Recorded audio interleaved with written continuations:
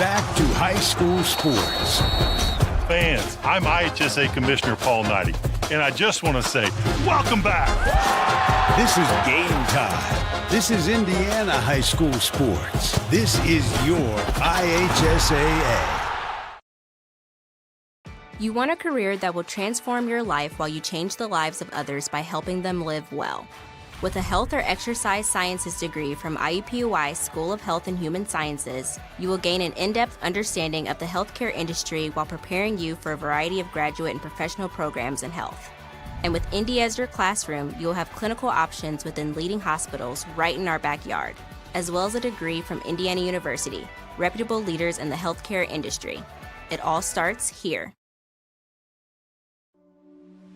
Can't get to a computer? Then we've got you covered. Just go to the IndianaSRN app and stay up to date with all of your favorite teams. You can watch live coverage or relive the experience with our on-demand service.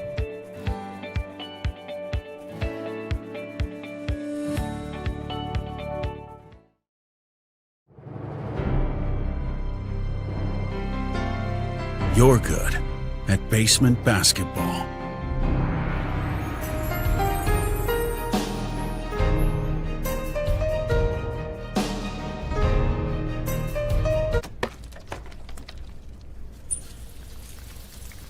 We're good at your insurance.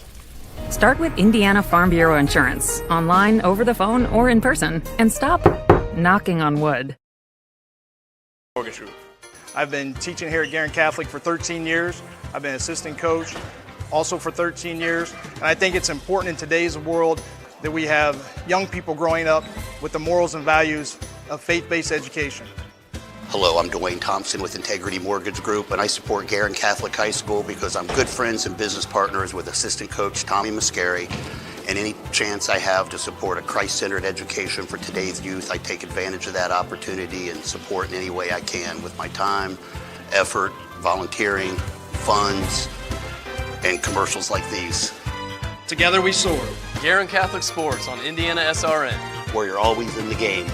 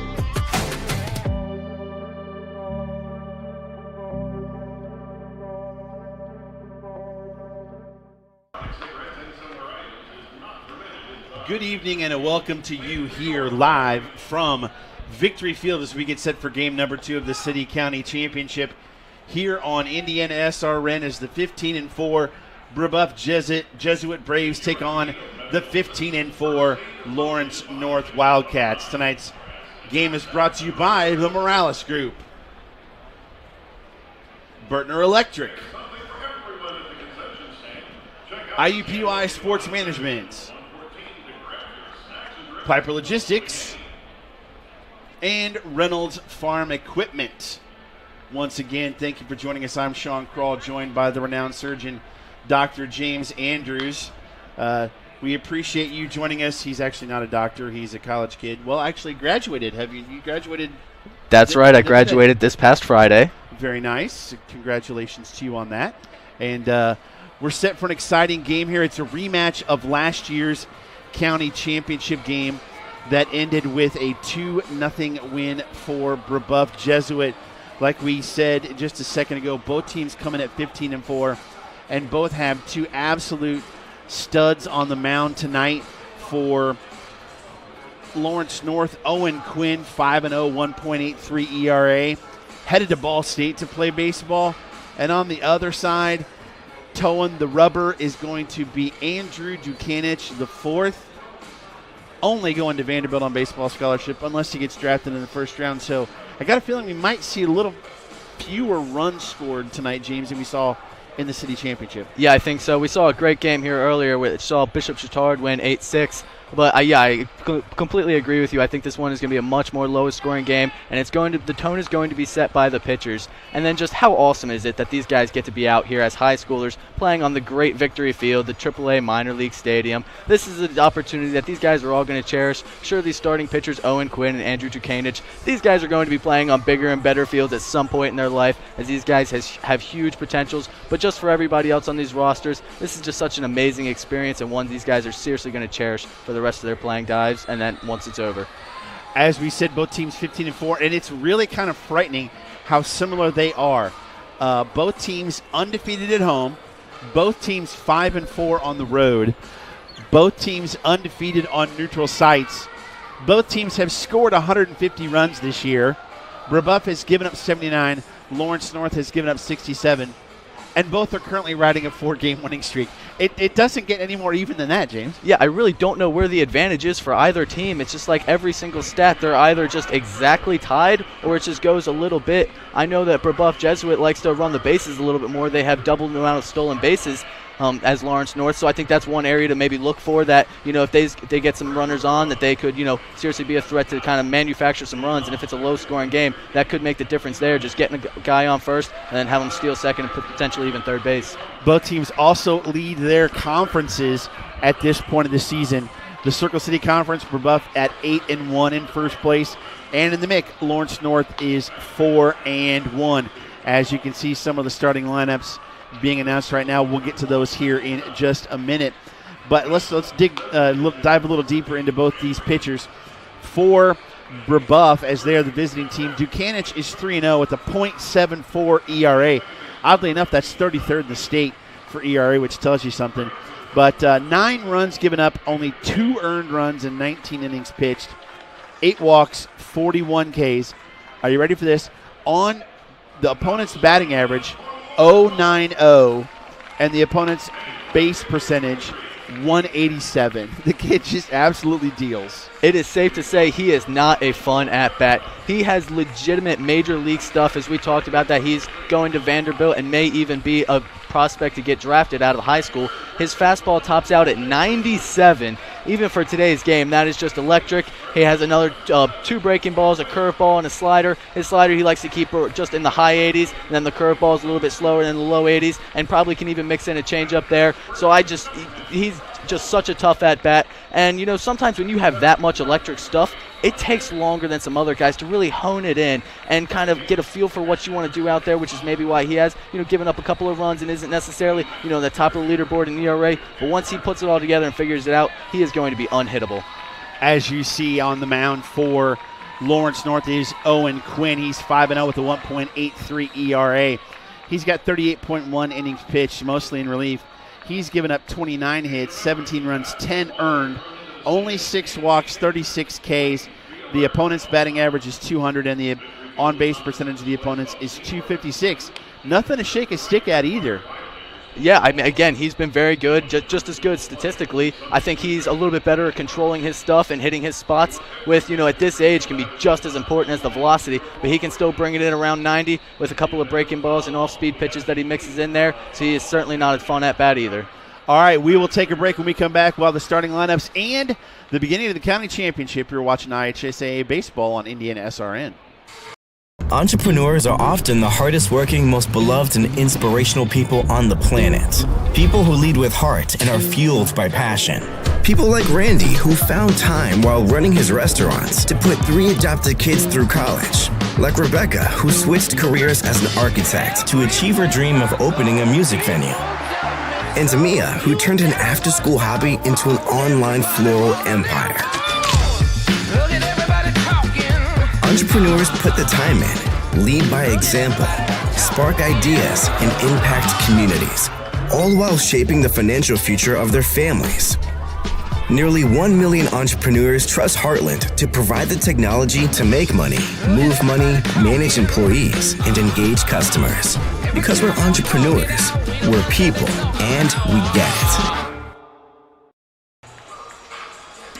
Back here at Victory Field, we are ready for the start of this county championship as Owen Quinn is on the mound. He's set to face center fielder Anthony Ane, hitting .328 on the years, got 9 RBIs, a double and a couple of triples. You like that as a leadoff guy.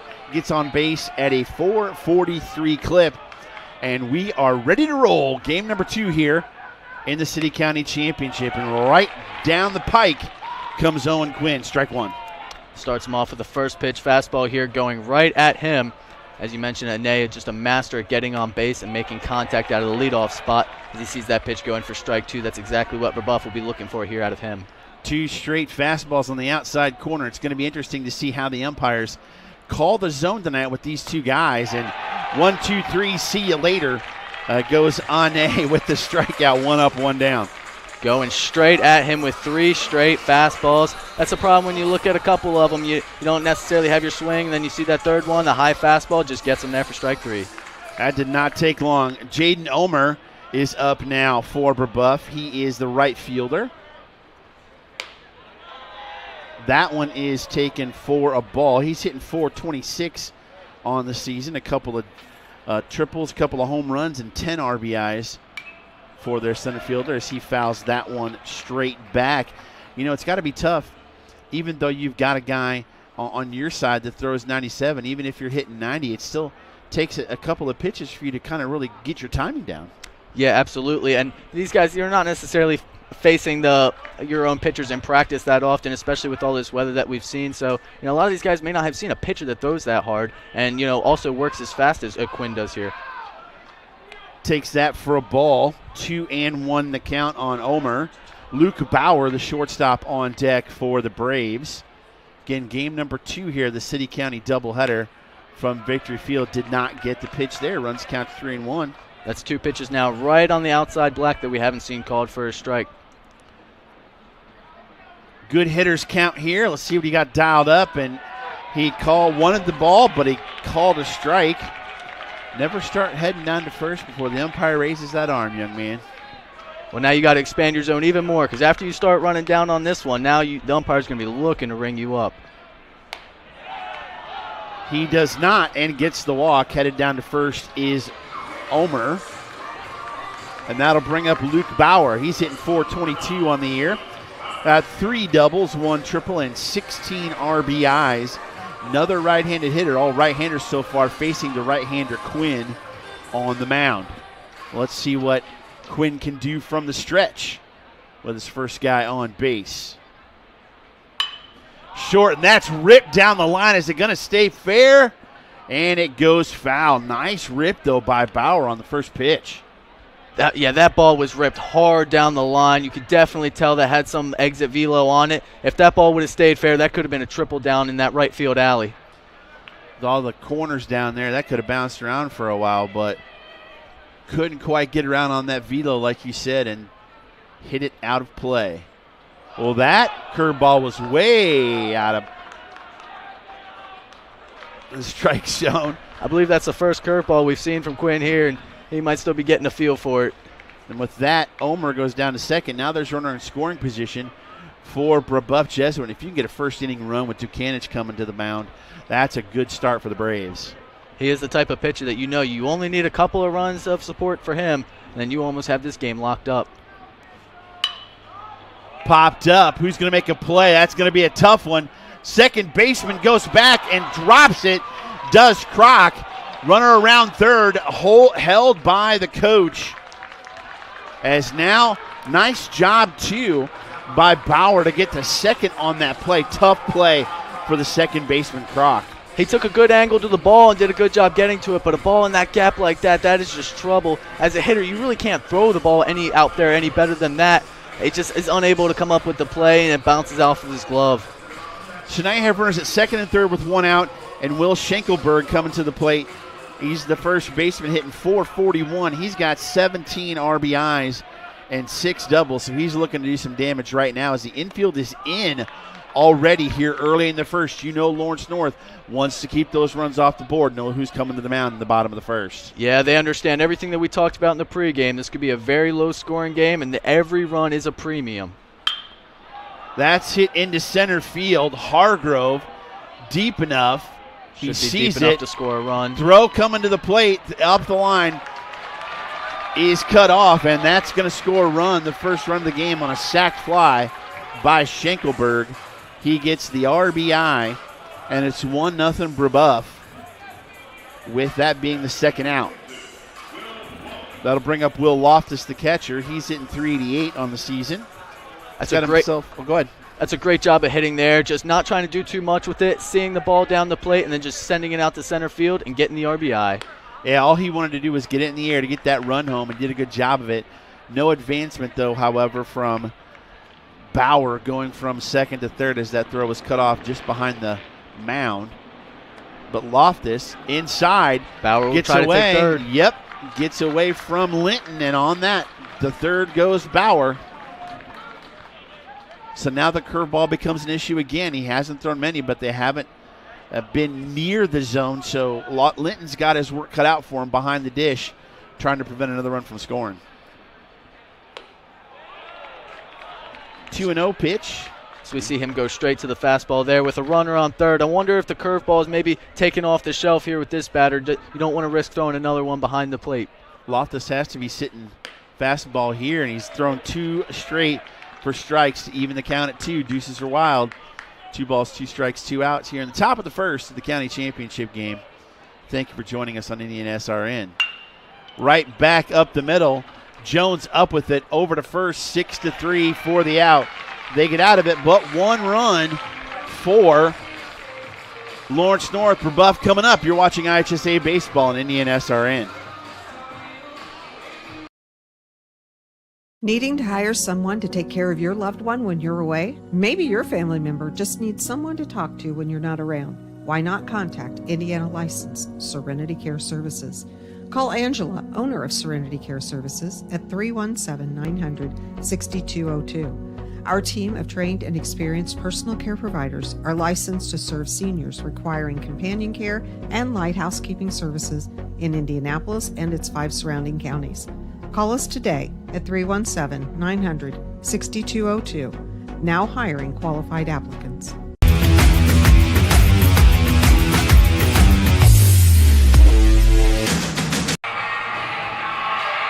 Back here at Victory Field, it's time for the bottom of the first as Lawrence North comes to the plate against Andrew Dukanich the fourth. Again, he is a Vanderbilt commit, but there's a good chance he may go in the first round of the MLB draft, which takes place late June during the College World Series. Hey, if you like what you're watching, email Don Nestor, coach at IndianaSRN.org. Stay tuned. In the second, we'll talk to the coach of the city championship victor. The Bishop Chatard High School Trojans defeated Cathedral 8-6. We'll be talking with Coach Mike Harmon. It should be great. Tune in for that. I mean, he'll be kicking me off the headset, but that's all right. I'll take a break, go down, maybe get some popcorn for an inning, and then I'll let you guys take it over. Keith will steal it from you.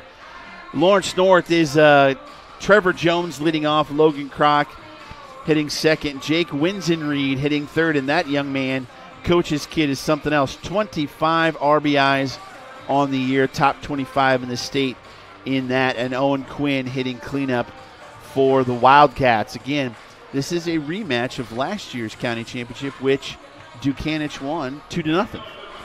Yeah, so looking at Lawrence North's lineup here, you mentioned Winsenreed. He's got 5 home runs on the season, so probably has the most power out of anybody on both of these teams.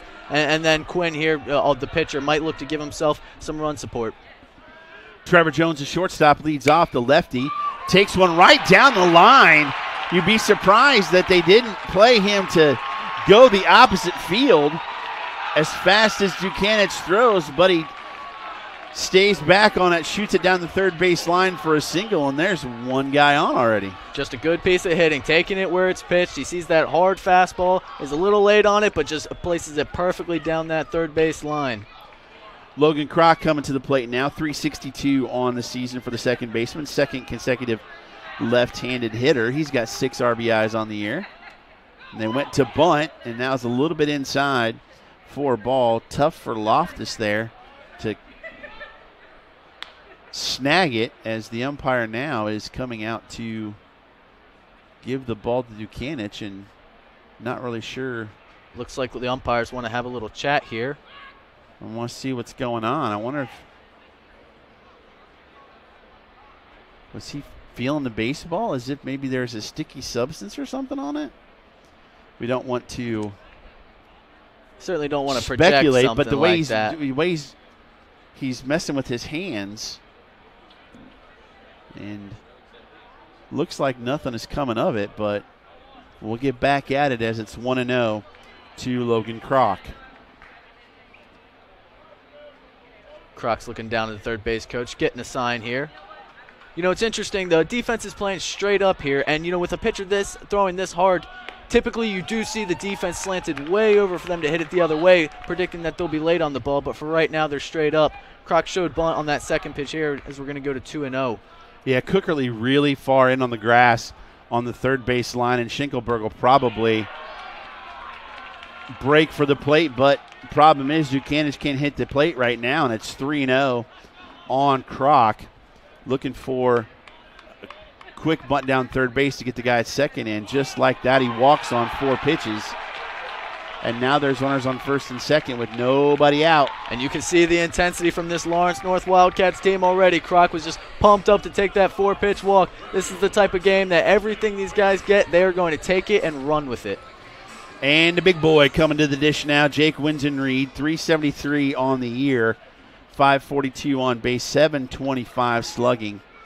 He said 25 RBIs, and they are playing him rather shallow, as that is ball 1. Kind of looked like an off-speed pitch there. Yeah, I mean, at this point, after you throw 4 straight balls, you really just, you know, whatever you throw comfortable throwing it for a strike, try it. But still is just having trouble getting anything over the plate right now for a strike. He cannot locate at all as it's 2-0. Big gap out in left center field. If he can pull it, he could run for days. So we'll see what happens here. Swinging foul as Winsenreed saw that 2-0 count and his eyes lit up. We're looking for something in the nitro zone but couldn't catch up to it. That's right. He's trying to recreate some magic last night after he hit a big home run against Roncalli. Yes, these teams have played on consecutive days to get this tournament in after the inclement weather we've had. Let's see what Ducanich can do here as that's coming right back at us. Don't duck, Keith. It's over the other side. Hits off one of the windows. Good thing the window didn't break. 2-2 the count. You know, this glass is special made. I took a tour of Minute Maid Park in Houston, and they said they actually slingshot telephone poles to see if it could sustain hurricane weather. So that's kind of cool. Right up the middle, almost hit the runner into center field. Ane up with it. Going to throw home, and they got him dead to rights. What a throw by Ane to throw out Jones at the plate. And maybe some questionable base running from Jones. We know how hard Winsenreed hits the ball. That ball went straight into center field. Probably should have just stayed home at third base there, and they would have had the bases loaded with nobody out. But he tried to come across and steal a run there, and you're right, he was just dead to rights. That throw was a little bit up the line as we're going to see this again. Boy, did that ball get out to center field in a hurry. I did not look to see if Coach Winsenreed sent him. Even though the throw was up the line, he still had him dead to rights. He sent him. He was being aggressive there at third base, but still 2 on with 1 out now.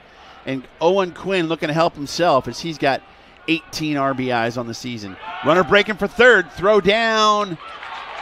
Safe. Oh, and Winsenreed did not go from first to second on that. So Kroc is at third, Winsenreed is at first, and you can still get out of it with a double play here. It looked like Kroc made that decision to go on his own. He just saw he had an opportunity, got a great jump.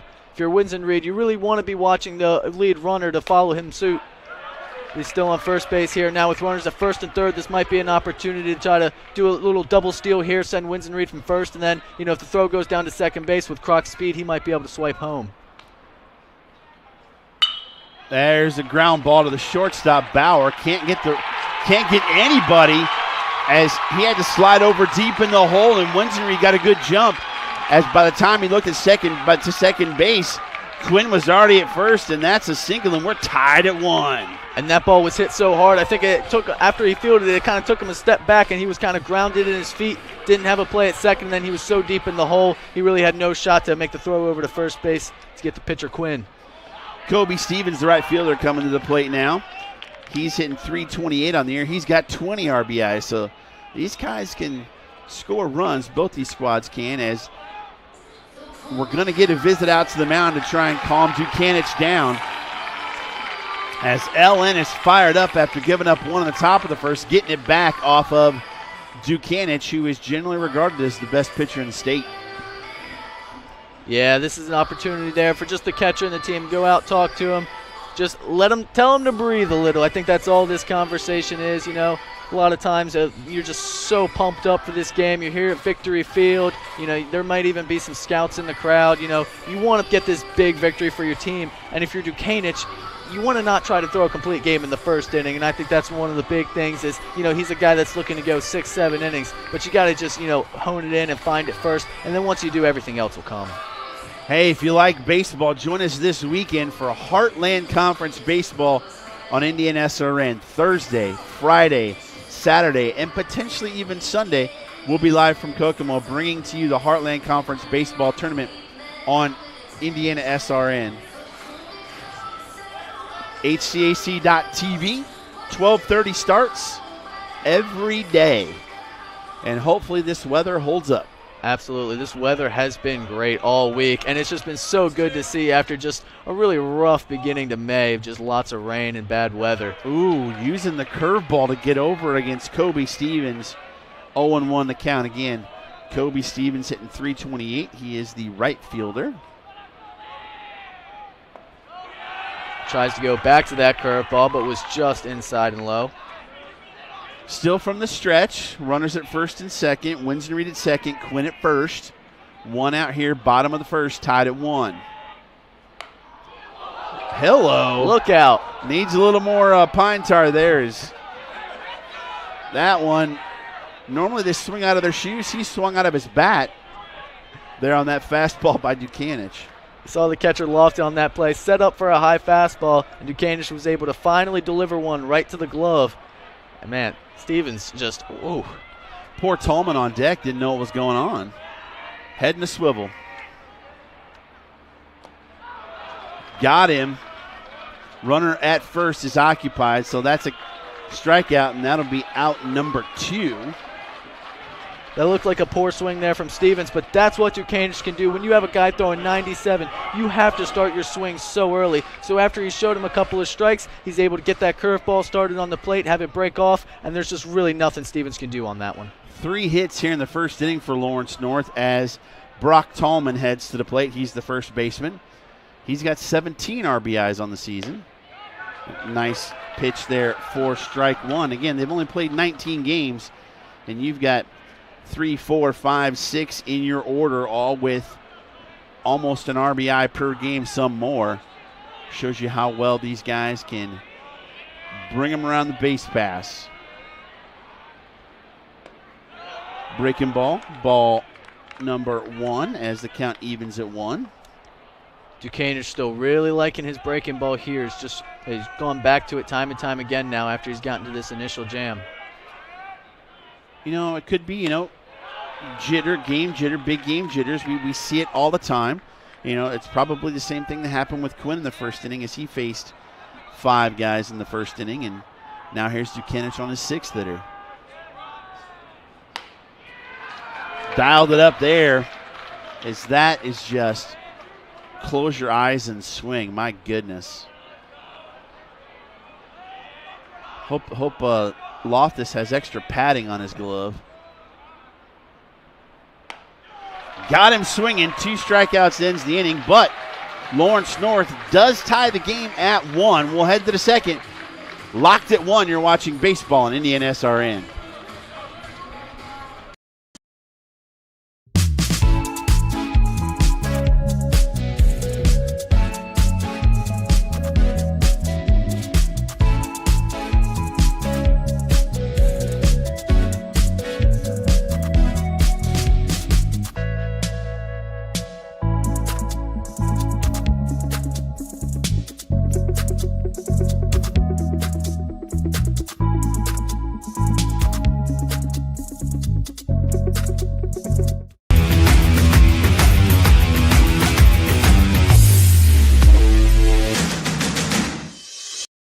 We encourage you to subscribe to our YouTube channel, IndianaSRN. Hit the bell to get notifications for upcoming games and more. Watch as many games as you want, as many times as you want. Back at Victory Field, tied at 1 after inning number 1, 6, 7, and 8 coming to the plate for Brebeuf here in the second. But joining me now, the victorious coach of the Bishop Chatard Trojans, who won the city championship over Cathedral 8-6. So Mike Harmon, congratulations on that city championship. Thank you. I appreciate it. Probably both coaches will tell you it wasn't the prettiest of games and some shaky pitching early and a couple errors both ways, but we'll take the victory and fought back into it. It was a good one. We'll take it, but it was.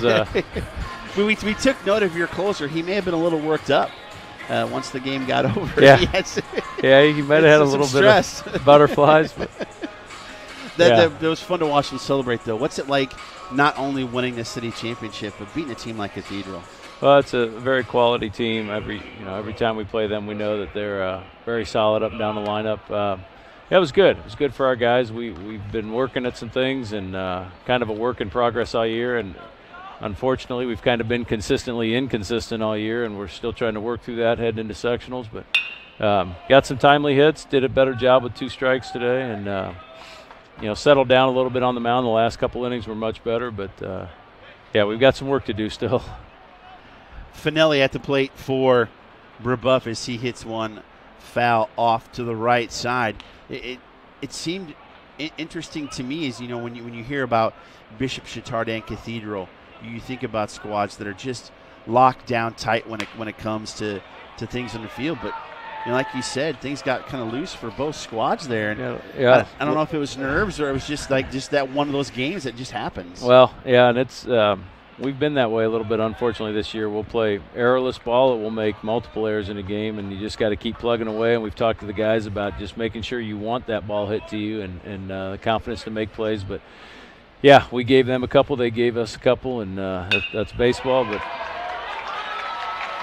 Finelli into right field for a base knock as leadoff hitter is on for Brebeuf as they try and break this tie at 1. You beat Heritage Christian in the semifinals to get here to Victory Field. Did you go against Wiggins in that game? Or? Yeah, Wiggins pitched. He went into the 6th inning. They had a pretty good lead. Wiggins came out, and then we had a big rally in the 7th. They brought Wiggins back in. We were down 5-0 and scored 9 in the top of the 7th. Wow. They came back with 3 in the bottom of the 7th. Yeah, it's been an interesting season. There's been some wild games, some wild innings, but we got to keep plugging away. Like I said, I'm sure Coach Frigie feels the same way at Cathedral, that we've got to get some things ironed out with sectionals a couple weeks away, and just make the routine play and throw a few more strikes consistently, and hopefully let your defense help you. But yeah, both teams fought tonight and got back into it. We got an early lead. They took the lead. Bunt back to Quinn. He'll go to second for the out. 1-3 on the sacrifice for the first out, but the runner does advance to second in Finelli. Good job by Sam Reed there, as he's actually one of the better pitchers for Lawrence North as well. That'll bring up Cookerly, the third baseman. So you've had a pretty good spring so far. You won the girls softball city championship. Yeah, they had a great win. They had a great win, 2-1 over Cathedral on Saturday. And then you win baseball today. Girls track has won it. You're going for a clean sweep with boys track. Girls track won last night. Boys are in action tomorrow night at Tech High School in the city track meet. Yeah, it's a good group of kids that are working hard in all the sports, and same thing really all throughout the City Alliance. And real quick, I know you got to get back to the county game, but we appreciate the coverage for the city tournament with IndianaSRN, both softball and baseball. And certainly appreciate the opportunity to talk a little bit tonight. But thank you guys for what you do for high school sports. Oh, we love doing it. We love, we get to meet people like you, as that's a fly out to right field. Runner stays at second. As Josh Bingham, the 9th batter of the lineup, comes in for this number 3 squad in 3A. And sectional draws come up, and it's almost in the school year, and next thing you know, it'll be football season. Yeah. I'm sure. But as a teacher as well, I think we're ready for a little break. We had a little bit of the dog days of August heat today come through here, but that's all right. We've had a little bit of everything this spring weather-wise, and just got to keep plugging away. Looking forward to some football coming up in the fall as Chittard is. You have a new head coach, if I'm not mistaken. Is that correct? No, Rob Doyle's still the head coach. Who was it? It was Roncalli. Yes. That's what it is. Roncalli has He came from Chittard. Eric Quintana, our offensive line coach. That's what it was. He'll be the new coach at Roncalli. Nubber back to the pitcher, Quinn to first, and that will retire the side 1-3. No harm done, as we'll come back. We'll stay here with Coach Mike Harmon. And, I know Keith always asks the same question to everybody, but I get to ask it this time since he's not on the broadcast.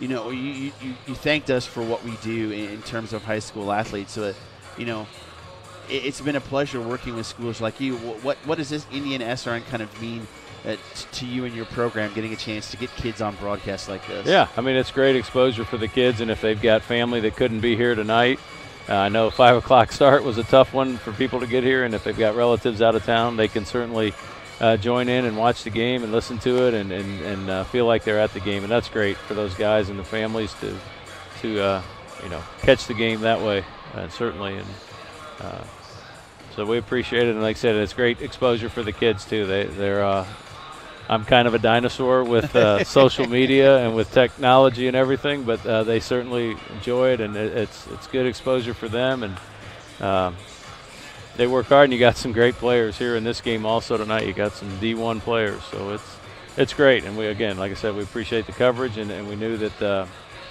with the softball and baseball both going on Saturday, people could be at one and pick up the broadcast of the other one, and that was good. And so speaking of dying breeds, you're one of the last few that I know of that are an athletic director and coach as well. That's kind of going by the wayside because there's just so much work to do. What's it like being an athletic director as well as a coach? It's busy. Yeah, I'm the assistant athletic director, and it has been busy this spring, obviously, with the multiple rainouts in all the sports and trying to get those squared away, and then lining up officials and umpires, and that's been a little bit of a challenge. But, yeah, it's certainly Mike Ford's our athletic director and works really hard and gives me the flexibility a little bit in the spring. But it's been challenging this spring with the weather mostly issues and trying to get reschedules. But that's good, and I think it can be done still a little bit in the spring sports because we get, some of those sports kind of help run themselves a little bit. So it affords me the time to get out of the office and coach baseball. But, yeah, it's busy. I will not lie to you. It's been a busy spring. The weather wreaks havoc in the spring. It seems like the most, does it not?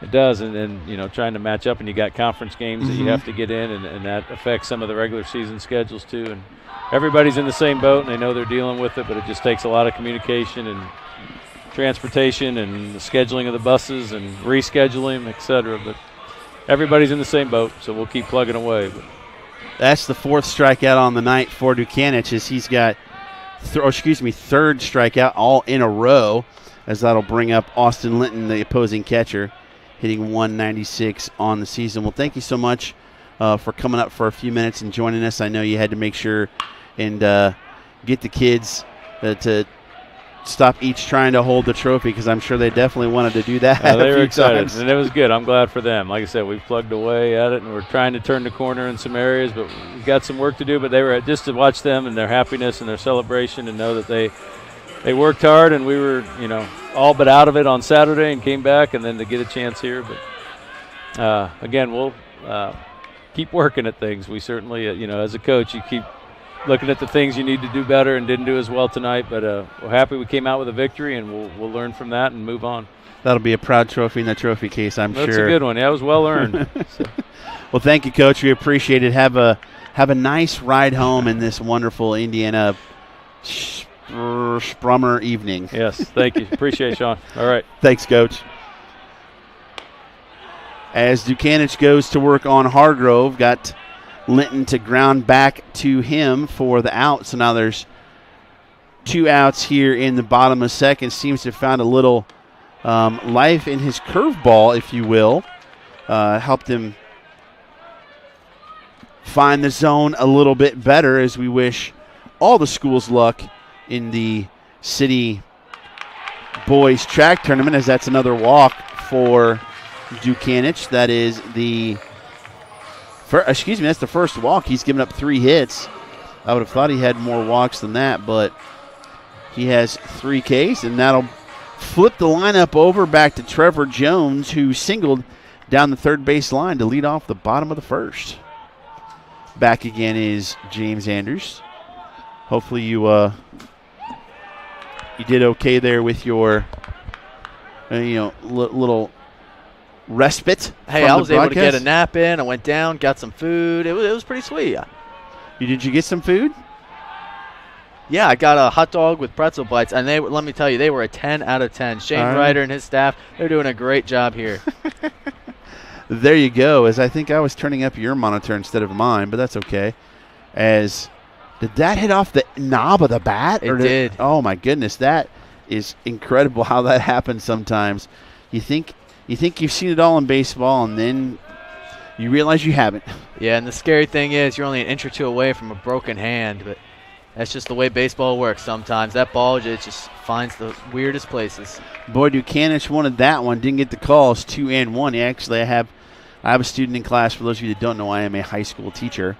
He broke his hamate bone and thought he was going to miss the whole year, but apparently he's a quick healer, and he may be ready for sectional. So that'd be nice for him as there's a throw to first. Great camera work by our crew tonight, James. As some of our crew, though, seems to just want to enjoy popcorn and sit in the chair and watch the games. Yeah, our boss, Keith Myers, he's working very hard out here sitting in front of us, going through the popcorn. And that's another walk, as Jones has been on base twice with a single and a walk, and Hargrove heads down to second. That'll bring up Logan Kroc. Yeah, we won't say what our other boss is doing. He's working his tail off on the ones and twos here. He's going to make Keith drive him home. No, he won't, because Keith doesn't drive. 2 outs here. Runners at first and second. As fouled off for strike one. Kroc swinging on the first pitch here. Something I noticed about this Wildcats lineup, they are being very aggressive right now. And even though that's why Dukanich was having some trouble finding the zone, he only had, that one walk early. It's because these guys, they're looking to jump on the ball. As hard as he's throwing, I don't think they're necessarily afraid right now. And, they're just trying to poke the bat out and make some contact. I take that back. Kroc was the guy that walked in the first. So that was Dukanich's second walk when he walked Hargrove. And now he's got 3 after he walked Jones. So uncharacteristic control issues for Dukanich, as it's 1-1 now, and it's 2-1, as Dukanich just doesn't seem to be able to get that comfortable zone. He started to settle in, but now there's a couple of guys on. It looks like he's just trying to overthrow again. That's a few straight pitches that are just missing up and away. When you're trying to overthrow that ball and you throw it harder than you can, that's typically what happens is, you don't follow all the way through and then it finishes up and away. Once you see some of those balls finish down lower at the knees, that's when you'll know that he's locked in. 3-1 here, and that one is not close, as that's another walk. 3 walks in a row. He has walked the bases loaded after getting 2 outs. And, boy, the one guy you don't want coming to the dish in this situation is Jake Winsenreed. He singled in the first. Had a chance for an RBI. Didn't get it, though, as Ane threw out Trevor Jones at the plate to prevent the run from scoring. But he's got a chance for RBIs here, as there are ducks on the pond, as they say. As Loftus heads out to talk to Dukanich, maybe settle him down a little bit. Yeah, I think there's a lot of different routes you can go as a catcher. Sometimes you may want to talk mechanical stuff. Other times you just want to go and you want to tell your pitcher a joke. Just get him to crack a little smile, lighten up, and just remind him that it's a game. You want to have fun out there, and then when you do that, usually the control will follow. Here we go from the stretch. No place to put him. Tried to get the curveball over, missed. 4-1.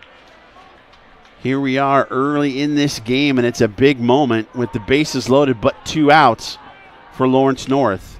Winsenreed was dialed up there, couldn't catch up to it. Evens the count at 1. He doesn't seem to this whole team doesn't seem to really have any fear of 97 and Dukanich. They're up there to This must have been something they talked about before the game, that just, you know what, get your cuts in, and you know, if you're going to strike out against a pitcher like this, you want to swing the bat 2 or 3 times at least. You know, you want to be able to go back to the dugout and say, you know what, I tried my best and I did everything I could. You never want to walk back and think, oh man, I should have swung at that, or I should have went after that pitch. You know, you want to be aggressive up there. Well, I think the big thing is that he probably told him, swing at strikes. Don't let him make you chase outside of the zone, and give him the benefit of the doubt. Is, boy, he is getting squeezed, boy.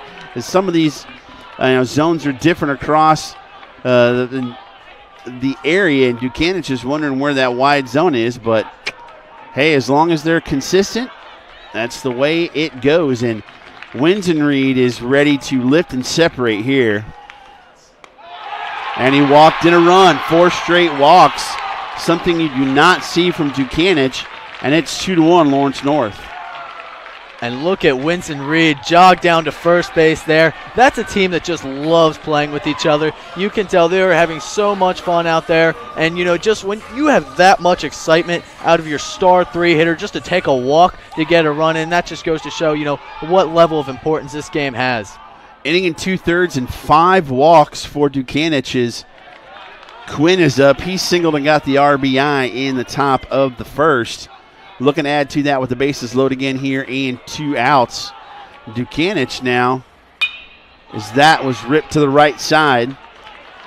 Pitch count's getting up there, and if you are Coach Scott, you've got to be concerned about pitch count now for Duquesne if you want him to go 7. Especially because it's only been 2 innings now, and these are all high-stress pitches. Nuber, that's going to be a tough play. Can Duquesne throw him out? He does. Makes a good play to fire that ball over the first base in time to get the 3rd out. 1-3 on the putout, and he gets out with no more damage done. But a run scores on no hits. We'll be back. You're watching high school baseball on IndianaSRN. Burtner Electric Incorporated has been proudly serving our residential and commercial customers with quality electrical repair for over 33 years. We are fully licensed and insured in electrical wiring and electrician service packages. You'll receive a competitive assessment whether you're a homeowner or a business owner, first-time or long-time customer. We offer free estimates for any new project. Call our licensed and experienced electricians today.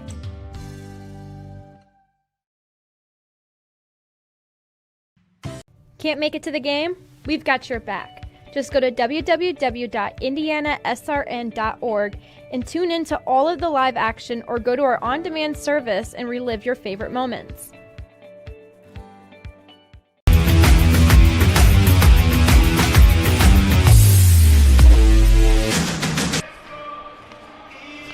Back at Victory Field, it is 2-1 Lawrence North over Brebeuf, as a little bit of wildness from Andy Duquesne. 5 walks has allowed 2 runs in, and in 2 innings, the Wildcats have also left 5 runners on base, James.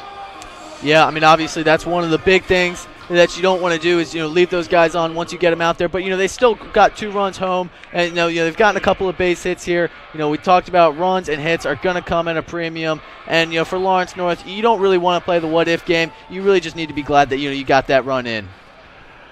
Scoreboard shows 2 runs, 3 hits for Lawrence North. As top of the order is up, Anthony Ane.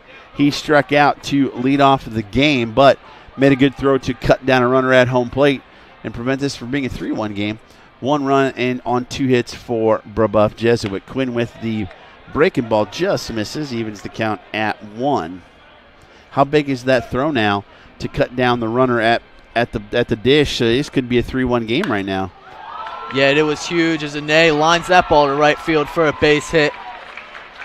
And, you know, to be good at baseball, you have to have a, you know, bad memory, as they say. You know, Ane strikes out on 3 pitches to open the game, but then he goes, makes that play to center field, and now what does he do? He gets a base hit to lead off the 3rd inning. Good start for the Braves as Omer is up. He walked and scored their run in the first. As wonder if we're going to get a little small ball here. His third baseman's even with the bag. Throw over to first by Quinn, trying to hold Ane close. Here is again, left center field is wide open. Left fielder playing him to pull. But everybody else straight up, and we see action down in the Lawrence North bullpen, which is kind of surprising. 1-0 the count on Omer. Quinn did throw a complete game on Saturday, so it was a little bit of a question mark of how deep he would pitch into this game. With 3 days rest, you typically could throw a guy, maybe 75 pitches. It really depends on how many exactly he threw on Saturday. But, yeah, you can see the coach. You don't want to just juice a guy too early in the season. As important this game is, you still will have, the playoffs and sectionals coming up. We'll try and effort that number down there in the bullpen. They usually have about 5 guys they go to in the bullpen, as Quinn is definitely making a concerted effort to try and keep Ane close to the bag at first. Does not get that call, and it's 2-0 on Omer. Again, 426 on the season, slugging 659 as Linton heads out to talk to Quinn. And it looks like the pitching coach will follow. Yeah. Might be trying to just calm him down a little bit here, reassure him, but also maybe buy some time for the pitcher in the bullpen to get warmed up. Also, sometimes as a pitcher, you want to focus on the hitter, but you have your peripheral vision. You see the guy warming up, and sometimes that's not the best feeling, especially when you're pitching a good game. You're a competitive guy. You want to stay out there. So I think this is just, reassurance from the coach that says, hey, this is your inning. Just go out there and pitch it. As they're waiting for the umpire to come break it up, we're trying to see if we can see those numbers. They got the dark green numbers on the black jerseys, so these old eyes need his binoculars, and he forgot them. But we'll see if we can see who that is warming up in the bullpen for Lawrence North. Again, Ane at first, nobody out, 2-0 the count on Omer with Luke Bauer on deck. Big situation here for the Wildcats. You don't want to let Bauer come up to the base with nobody out and a couple of runners on. Could also have been some defensive strategy there as we see that pitch go for ball 3. It's almost as like he's really deliberate in his his slide step. It seemed very pronounced before he came to the plate.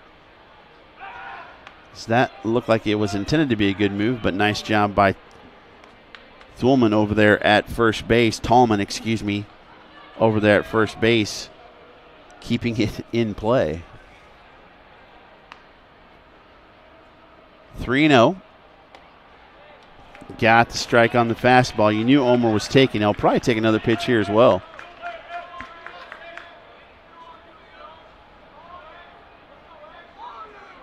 We'll see what Quinn has to offer. Nay's getting a healthy lead over there at first base. Through the gap on the right side. We'll see if Ane heads to third. He does not, and now runners at first and second with nobody out after 2 base knocks. And Brebeuf is in business, looking to tie this game, being down a run. Omer wasn't up there to walk. He saw something over the plate and was all over it and just puts it in a perfect spot, hitting inside out, grounding it the other way, through the hole into right field. And now they've got their man Bauer up with 2 on and nobody down. Yeah, first baseman holding on the runner gave him a lot of opportunity to shoot one through the right side. As you said, Bauer is up, and he takes ball 1. He ended up the top of the first at third base, couldn't score.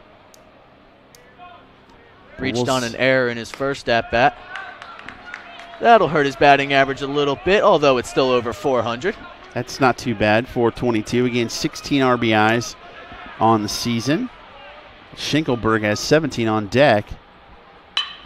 Right back up the gut. It's where you want to go. Is he going to send him? He's got the send sign. Throw from Hargrove is not going to make it home, and that ties the ball game at 2. 3 consecutive hits for the Braves. Ane easily scores. He got a great jump from second base, recognized that ball was going straight into center field, and just rounds third base and never even thought of holding up as he's able to easily score there. Second time to the mound, and that's going to be all for Quinn. We'll see who they bring in and see what they do with Quinn. Now, they did with their roster say that Ample was the left fielder and the DH, so we'll see if Quinn goes to left fielder if he's just out of the game. We'll take a break. We'll be back on IndianaSRN. You want a career that will transform your life while you change the lives of others by helping them live well. With a health or exercise sciences degree from IUPUI School of Health and Human Sciences, you will gain an in-depth understanding of the healthcare industry while preparing you for a variety of graduate and professional programs in health. And with Indy as your classroom, you will have clinical options within leading hospitals right in our backyard, as well as a degree from Indiana University, reputable leaders in the healthcare industry. It all starts here. Can't get to a computer? Then we've got you covered. Just go to the IndianaSRN app and stay up to date with all of your favorite teams. You can watch live coverage or relive the experience with our on-demand service.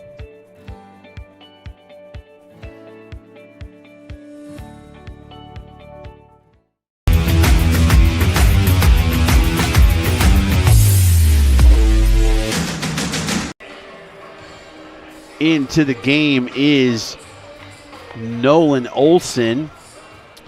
He's coming in. He only has 2 appearances on the season, 8.40 ERA, 6.2 innings pitched, 8 earned runs, 6 strikeouts, giving up 2 home runs on the season. As looking to get some innings is Coach Scott here. He needs them, Coach Winsenreed. He needs them desperately out of, Nathan Olson.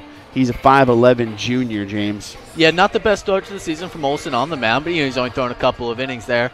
And, the big thing is he only has 1 walk on the season, but 6 strikeouts. So clearly he's a guy that's going to come in, he's going to throw strikes, and he's going to let the hitters hit the ball. And if they start knocking him around, he's going to live with that. But the big thing is there, Coach Winsenreed wants somebody that's going to come in and throw strikes. So Quinn heads to left field. Ample stays in as the DH as Schenkelberg heads to the plate. As that is taken for, didn't see what, pretty sure it was a ball, but they haven't put it on the scoreboard yet.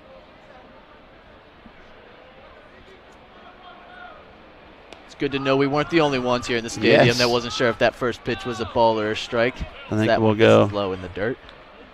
I think it is 2-0 on Schenkelberg. 17 RBIs in the year. He's got 2 guys on base and 1 run in here. Nobody out in the top of the third.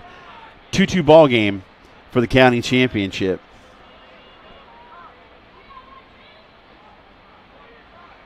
Trying to hold Omer on at second. Taking his time. Ripped down the left field line. That's going to be picked up by Quinn. That's 1 run. Runner's going to go to second, and nice job by Schenkelberg getting to second on that as the runners advance, and it's 3-2. Brebeuf on the RBI by Schenkelberg. That's going to be a double for him as Omar's going to come around to score. Everybody will advance 2 bases pretty easily as that ball is ripped down to left field. And you can see kind of the difference in velocity between Olson and Cook, and obviously Duquesne is on the mound. And that's where you were able to see Schenkelberg was able to just really turn on that ball and drive it out to left field. Loftus up now as that's way high. Got runners at second, third. Infield playing in for Lawrence North as they're down a run with 2 runners in scoring position and nobody out on 4 straight hits here. Schenkelberg has 2 of the 3 RBIs so far for the Braves. And the infield is coming in now to try to cut down another run. Is that as a ball? 2-0 the count on Loftus. 4 straight hits for the Braves to start off this inning. Not an easy position to be in if you're Olson. Coming in this position is now it's 3-0, and he's in close perimeter of walking the bases loaded. Finelli on deck has already got a base knock on the night for the Braves. Taking all the way there on 3-0. Got the strike. So now you got to be sitting dead red here if you're Loftus. Again, looking for that pitch in your nitro zone and trying to do some damage.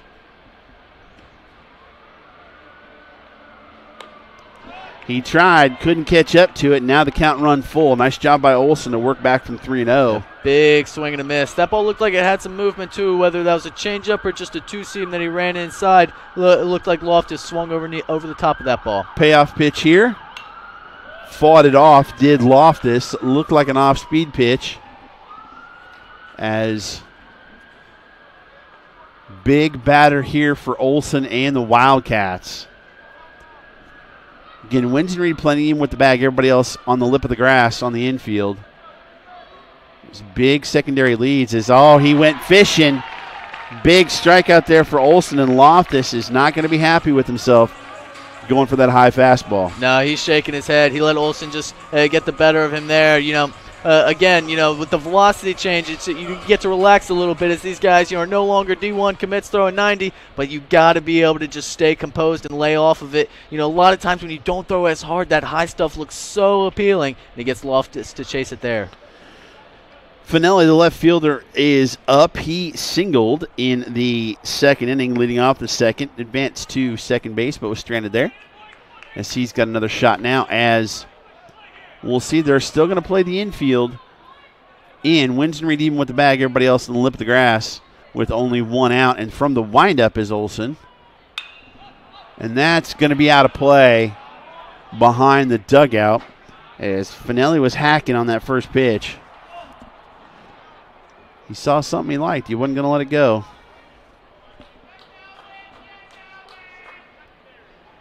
And the fan that caught the ball in the stands was able to toss it to a young kid. That's always good to see. That's very nice. Did you see the video of the gentleman who caught the Blue Jays home run? He was a Blue Jays fan in Toronto.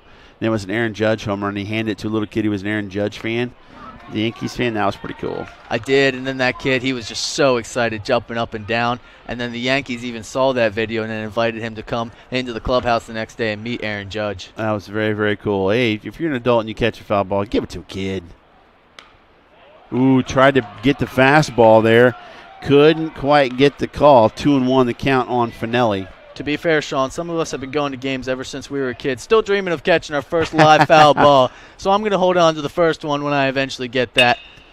Up. Oh, nice job by Jones to smother it. The run is going to score, though, as he had to dive on it and went breaking on the play was Bowers. He scores.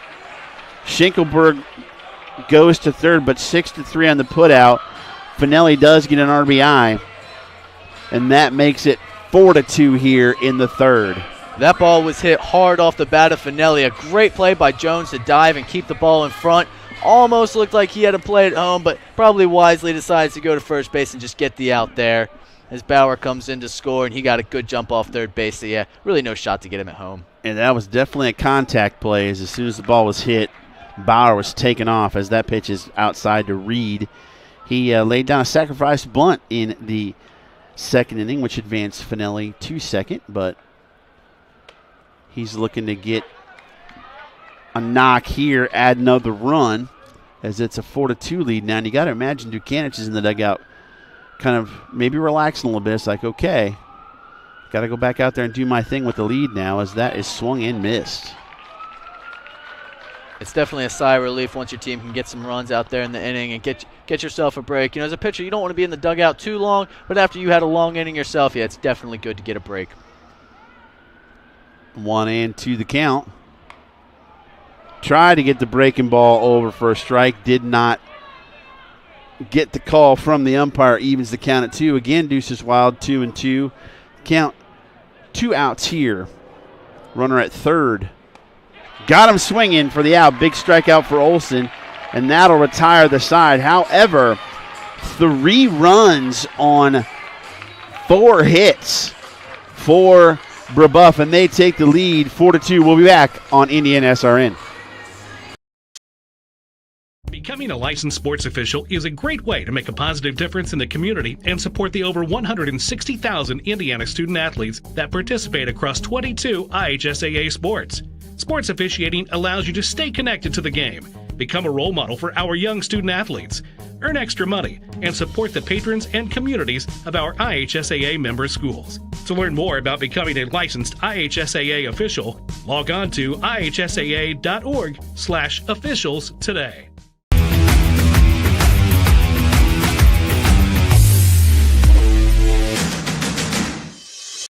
We encourage you to follow us on Twitter at IndianaSRN. Find upcoming games, video highlights, and much more. Follow us now at IndianaSRN. Back at Victory Field, you can see Andrew Dukanich warming up for his third inning of work. He got 3 runs from his cohorts here in the top of the third and now has a 4-2 lead as 5, 6, and 7 set to come to the plate for Lawrence North. And after the top of that inning, James, when you see your main pitcher go out and you give up 3 runs, Lawrence North really has their work cut out now against Duquesne, maybe even more so, taking pitches to try and get on base with 5 walks by Duquesne so far. Yeah, that could be their strategy here, but I also wouldn't be surprised if the Wildcats just, didn't divvy from what they've been doing, just being aggressive, and it's worked out pretty well for them so far as, they've gotten a couple of runs so far. I wouldn't be surprised if they just, kept up with the game plan here as we see a first pitch swinging from Stevens.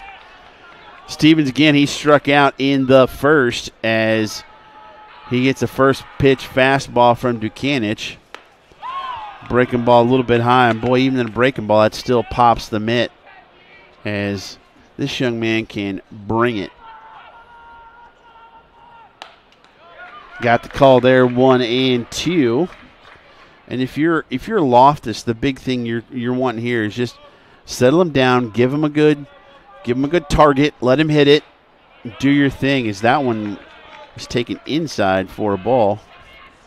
Yeah, that ball was just up. Loftus was setting up on that time, and he hit the glove, but he's probably holding it just outside of the zone, but delivers a pitch in the same spot, and that time gets Stevens to swing and a miss. 1 up, 1 down, and that'll bring up Brock Tallman. He struck out to end the first, hitting .333 on the year, or as Pat Foley would say, .333. Much love to Pat Foley in his retirement from the Blackhawks, one of my favorite all-time play-by-play announcers. As that pitch is up high for a ball. You always got to have your favorites, no matter what sport it is, and probably 2 of my favorite all-time play-by-play guys, no matter the sport, are the hockey guys. As that pitch is up 2-0. Pat Foley, the Blackhawks, and Doc Emmerich. My personal favorite was always Greg Thorne with the Orioles growing up, watching a lot of his games in Maryland. He seemed to do it with the best of them and just always had something interesting to add to every broadcast he did. That's funny because I had a friend who I broadcast with ask me who my favorite non-Cubs broadcasters were because I'm a Cubs fan. And, I was going to put Gary Thorne, but he's not doing the games anymore, which is kind of disappointing because he was always one of my favorites. Yeah, he's been doing it for so long with the Orioles. He stepped down a couple of years ago and let some other people, but I think he's also done a lot of other things, from Little League World Series to College World Series. Hockey. He's done some hockey too. Yeah. He's always been everywhere. Really just a great guy. My current favorite would have to be Dave Sims in Seattle. He's one of my favorites. His count is now full after going 3-0. Ooh, and Tallman barely got a piece of that to stay alive.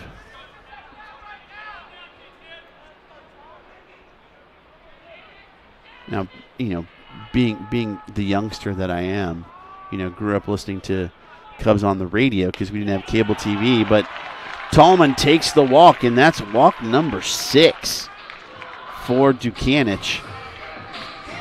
Everybody, you talk to a lot of Cubs fans, they always talk about a Harry Carey. I am a Jack Brickhouse guy. As we lived way out in the sticks and did not have cable TV, so we had the radio, and Jack Brickhouse was the guy I wanted to be like. Yeah, back when you had pet dinosaurs and had to walk to school, right? Uphill both ways, as a matter of fact, yeah. 100%. As Duquesne throws to first. I'd actually like to change my answer for my favorite broadcaster. I'm going to go with Coach Keith Myers there. Oh, wow. IndianaSRN. He's definitely been my favorite broadcaster. You're trying to get a raise, aren't you? Swing and fouled off there from Ample as he stays in because he was listed as a DH. Coach, knowing he wasn't going to get a ton of work out of Quinn, so Ample still gets to hit. And he struck out to lead off the second, and that is up for a ball. He was one of the 3 in a row strikeouts that Duquesne had to end the first and start the second, when he kind of looked like he was settling down a little bit. Yeah, it was like he had 3 straight strikeouts, and then the walk started coming, and that's just kind of been the story of the night from Duquesne. It's as soon as it looks like he's going to get it, it kind of slips. He's got a 1-2 count here. This is a big at-bat. You really don't want to lose Ample here. And Ample pulled that down the third base line. You don't see that much off of Duquesne bringing that 97-mile-an-hour heat. I think he took a little bit off that one just to get it over the plate. That could be something that he may be doing, but he does get him to strike out. Even with that, he still brings the noise, and that's 2 outs, and that'll bring up Austin Linton. Fun fact, again, since I grew up in the Stone Ages, Sandy Koufax, when he first came up to the big leagues, was not very good because he kept trying to throw the ball so hard that he couldn't control it. And once they said, just take a little bit off, he found his control and became one of the greatest pitchers of all time, 4 no-hitters, and still brought the heat. So that tells you how hard he threw beforehand. Dukanich looking to write himself a similar story just to that. Yeah, sometimes it's not necessarily how fast you throw it. It's just keeping the hitters off balance. I mean, you look at some of the veterans around Major League Baseball, and it's like Bartolo Colon was always one of my favorite guys. He pitched till he was like 46 years old, and by the time he was in his last few seasons, he couldn't hit 85 miles per hour on a radar gun and only threw a fastball, and he was still getting guys out. Ooh, tried the curveball there, didn't get it. I mean, Kyle Hendricks last night shut out San Diego in 7 innings, and he may have hit 88. It really is. It's deception and keeping him off balance, so that's why he's trying to throw his curveball quite a bit here as well. But then he brings it there. Back pick does not get Tolman at first, and the count is 2-1 on Linton. Almost caught Tolman sleeping. He got a big lead off of first base. I'm sure his coach would have liked to see him dive back in there and not take a chance. Linton grounded out back to Dukanich. And that one served into right field, and that's headed towards the gap. Is it going to be cut off? It is, but on the play, however, nice jump by Tolman as he'll get to third on the single by Linton. And that was a wild throw back into the infield. But still, Linton only able to get to first base on that. Doesn't want to risk the third out of the inning going to second base, and we will have runners on the corners here.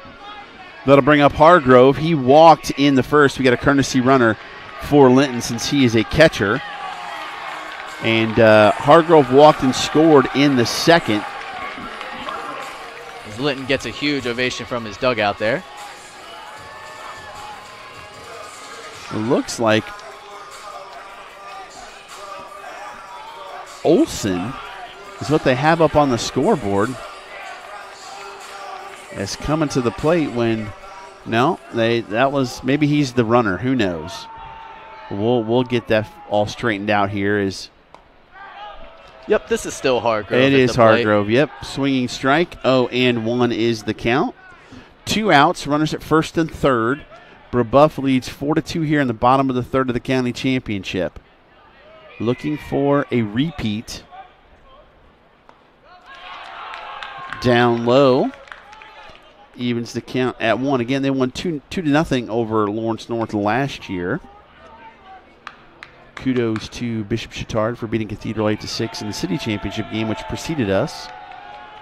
Thanks to Troy Darengowski for the play-by-play on that call.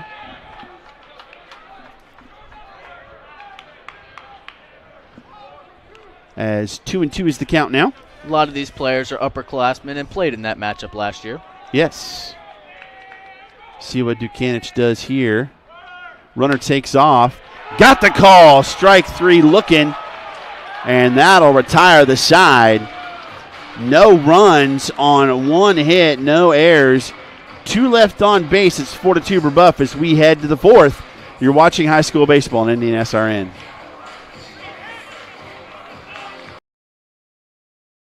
They say nice guys don't finish first. So maybe it's time to reconsider what it means to be first. It's about being your best, but knowing you could be even better. It's being present, but respectful of history. Sure you want to make that move?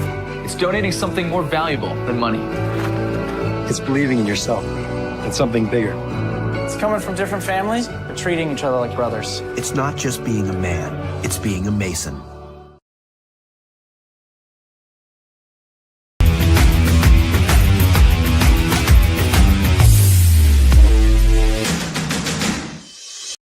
We encourage you to subscribe to our YouTube channel, IndianaSRN. Hit the bell to get notifications for upcoming games and more. Watch as many games as you want, as many times as you want.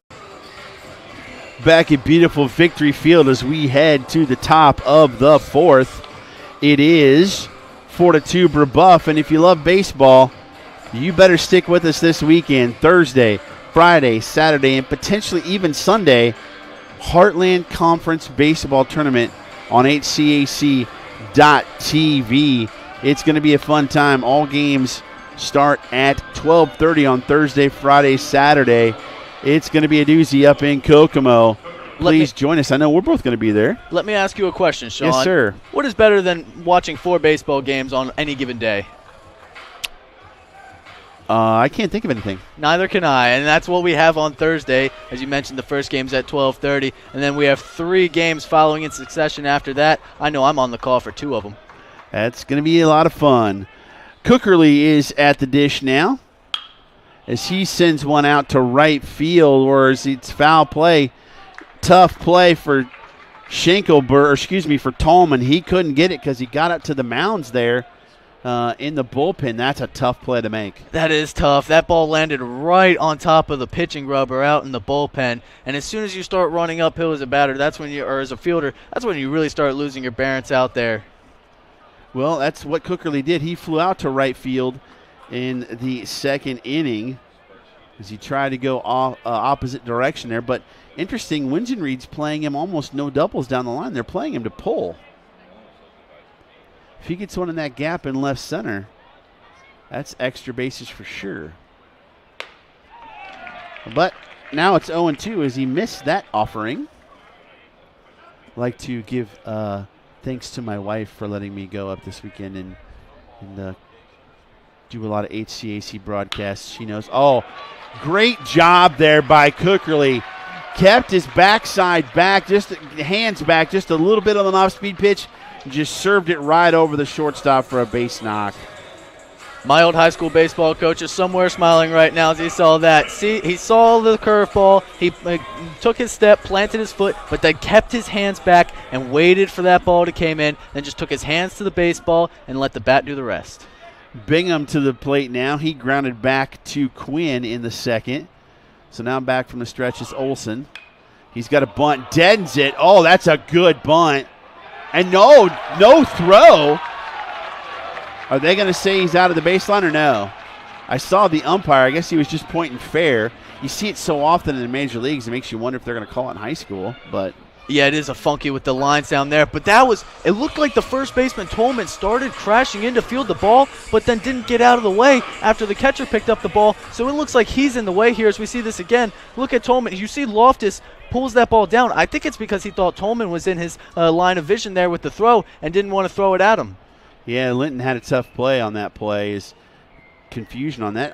Croc did a good job. There's another bunt, and they're going to try and go to third, but now Olson gets the out at first as Ane gets the sacrifice bunt out number 1. But now you got 2 runners in scoring position for Omer, who is 1 for 1, but he scored twice tonight. Walked and scored in the first, singled and scored last inning. Yeah, the last ball, he had a hard line drive down to right field. Let's see if he can replicate that again and get a couple of big insurance runs here for the Braves. Coach is out talking to the umpire about something. I wonder if he's talking about some kind of interference or something, but Coach Wingenreed is now headed back to the dugout as Olson will face Omer again. Omer 426 on the season. That just went up as he's 1 for 1. 10 RBIs in the season. Infield playing in at all 4 positions again. Left field shallow. Center and right are not, but high and outside for ball 1. Another big spot here. You can't give up much more. Even with as wild as Dukanich has been, he's still got electric stuff. Yeah, the infield is in here. The Wildcats must feel like they have their backs up against the wall with 1 out. You really want to get this guy here. And also with Omer, you know Luke Bowers on deck, so you're in a tricky situation. Do you kind of pitch around him? And, if you load the bases, that gives you a force, which is a much easier play at the plate or a double play. But, of course, we know how good of a hitter Bauer is there in the 3-hole. That's a tough call for them here. That is ripped. That is way over the head of the left fielder. And that is out of here. Omer with the big fly, a 3-run bomb that opens this ball game up for Brebeuf. That was an absolute missile. He got all of that ball and just put it out onto the left field yard there as we saw the kids out there scrambling to get the ball. You know, with that fence being 320 down the left field line, going all the way out to 420 out there in left center field, I didn't know if we really would see anybody have the power to get that ball out of there, but Omer connects for his 3rd home run of the season. I think where he hit it, it's probably about 360, which is a pretty good poke, and he just, you know, we talked about lift and separation. He got it there for sure. My goodness, we got a pitching change. We'll take a break. You're watching IHSAA Baseball on IndianaSRN.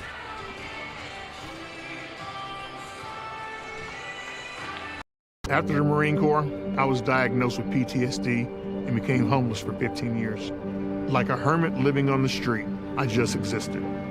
I came to Wheeler Mission. Wheeler operates on a culture of kindness. Going through their programs reminded me that my meaning in life is to serve God. God set me free from anxiety and depression. Before Wheeler, I just existed, but today I live. We are back as Jeremy Nair is the new pitcher for Lawrence North, the junior lefty, 5'11", comes in at 1-0, 7 appearances, 2.86 ERA, only 7 of the 3rd innings pitched, only giving up 3 runs, 5 walks, 8 strikeouts, but rough night there for Olson, as that was just an absolute bomb by Omer. Yeah, not much you could do about that. You know, you had to come in if you're Olson and throw strikes. You know, I talked about it. Do you want to pitch around him? Are you more afraid of Bauer? Well, Omer was the one that got the big hit there, and that was just a beautiful example of what the kids in my generation like to call launch angle and exit velocity. That one looked like it was about the 28 degrees to 30 degrees range as far as launch angle, and that's the exact way you want it, to hit it high and have it just keep going up, and that's why I was able to leave the yard there, and that certainly had some exit velocity behind it. Had some serious exit velocity behind it. Olson's line, 1 in the 3rd innings pitched, 7 hits, 5 runs, all earned, no walks and 2 strikeouts, and Nair is in for at Lawrence North now to face Luke Bauer, who is 1 for 2 with a single RBI and a run scored. But my goodness, that was a grown man home run by Jaden Omer, as he's having himself a night. He is 2 for 2 now, 2 runs and a walk, as he is putting the Braves in a great position to take the county championship.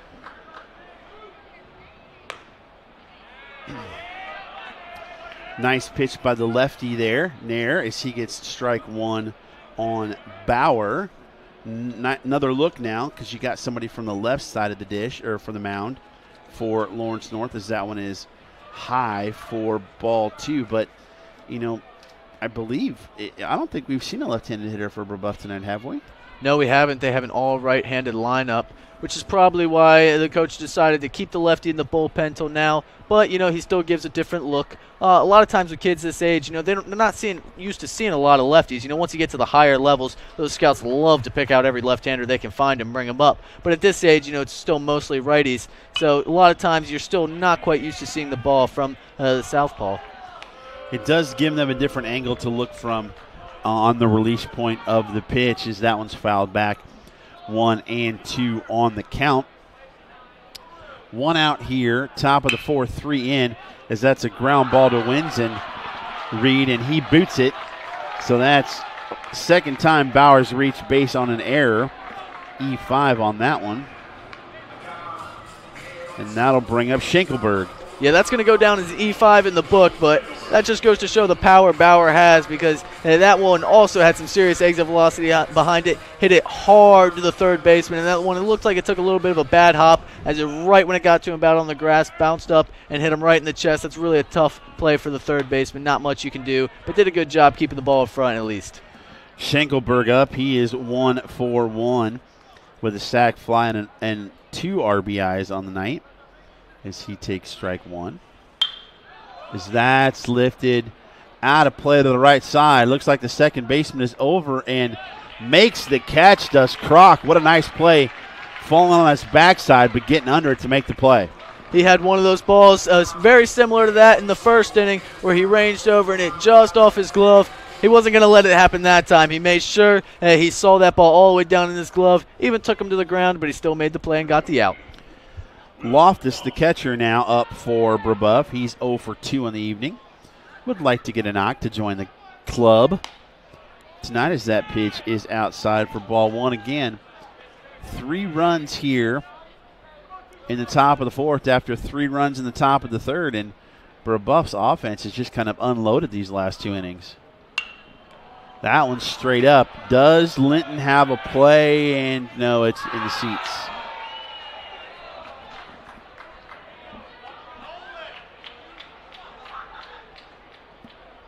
Loftus is the only hitter in the Brebeuf lineup who hasn't either contributed with a sacrifice in some fashion or gotten a base hit, but I think he's earning his playing time behind the dish tonight. Yeah, trying to catch that. 97 will do it. As taken off for second is Bauer, and he gets himself a stolen base. Close play there.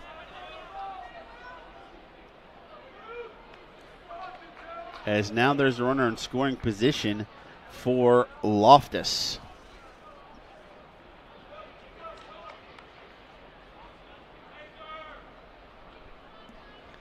As looks like Nair had to tie his shoes there. A little, everybody will catch their breath. A little equipment malfunction there.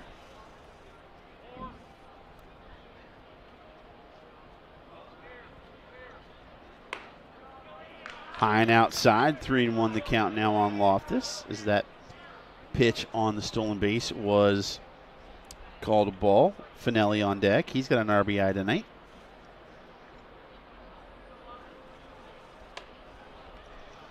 And he walks him. That ball misses in the same spot. Looked like it was close to being a strike, but we mentioned the home plate umpire has been consistent all night, and those up and away balls, he's just not calling them for strikes. We see the same thing again there. Loftus has a great feel for the zone, as it looks like he will come out of the game now and get a courtesy pinch runner so he can go back and catch his breath before shooting back up to catch. Which is a great rule in IHSAA baseball. Finelli up, singled in the second, got an RBI, and grounded out to short in the third. That's served into right field. Is that going to drop? It drops foul for strike 1. The sophomore Jackson Reinbold will take first base there to run. Gotta love those courtesy runners. Get you a chance to play.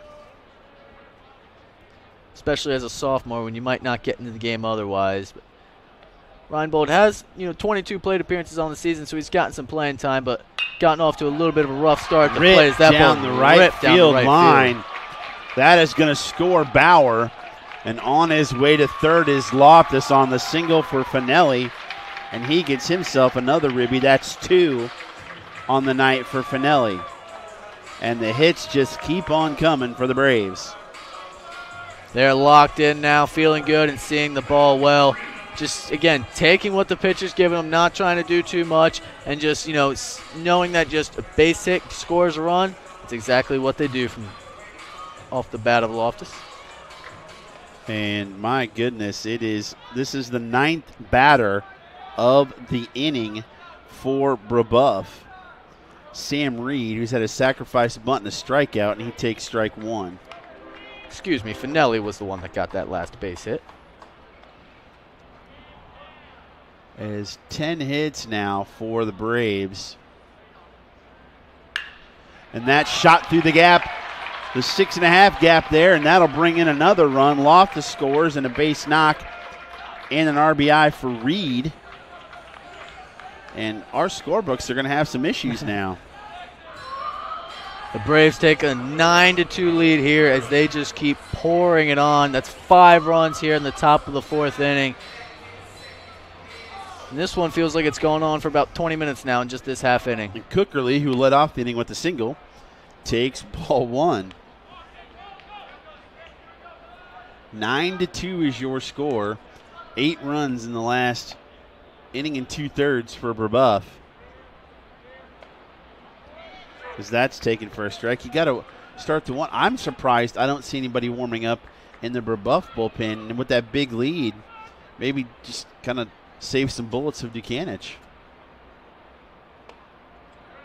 But this is the county championship, and you don't want to take anything for granted, even with that big lead. We know how good of an offense Lawrence North has, averaging about 7.8 runs per game. You know, their offense can get hot in a hurry, too.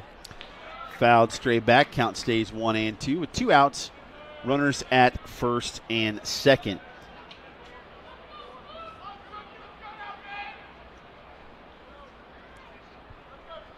Have to do some major calculations at the end of this inning as the count's 2-2. Looking ahead for Brebeuf, they will travel to Heritage Christian to play on Thursday before competing against Pendleton Heights on Saturday. So they've got a couple of games coming up this week, but not quite as busy as a week as this past week has been. No.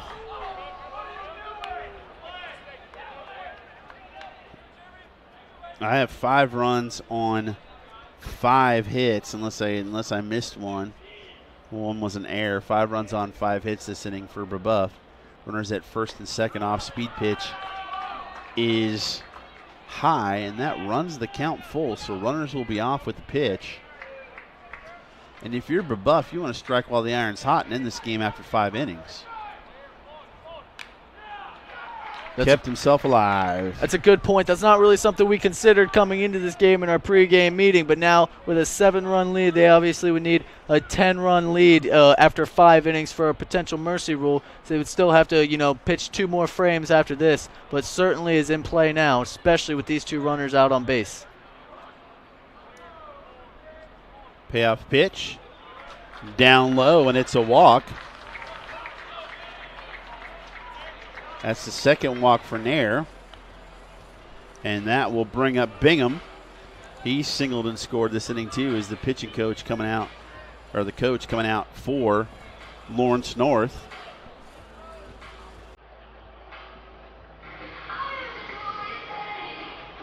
We'll take a break. You're watching IHSAA Baseball on IndianaSRN. Is the Frells family's land.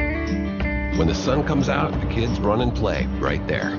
This used to be a shed. Now, it's where they get breakfast. This is more than just land. It's home. The Frells family runs with us on a John Deere 1 Series tractor. This land isn't the only thing that should live on for generations. Nothing runs like a Deere. Search John Deere 1 Series for more.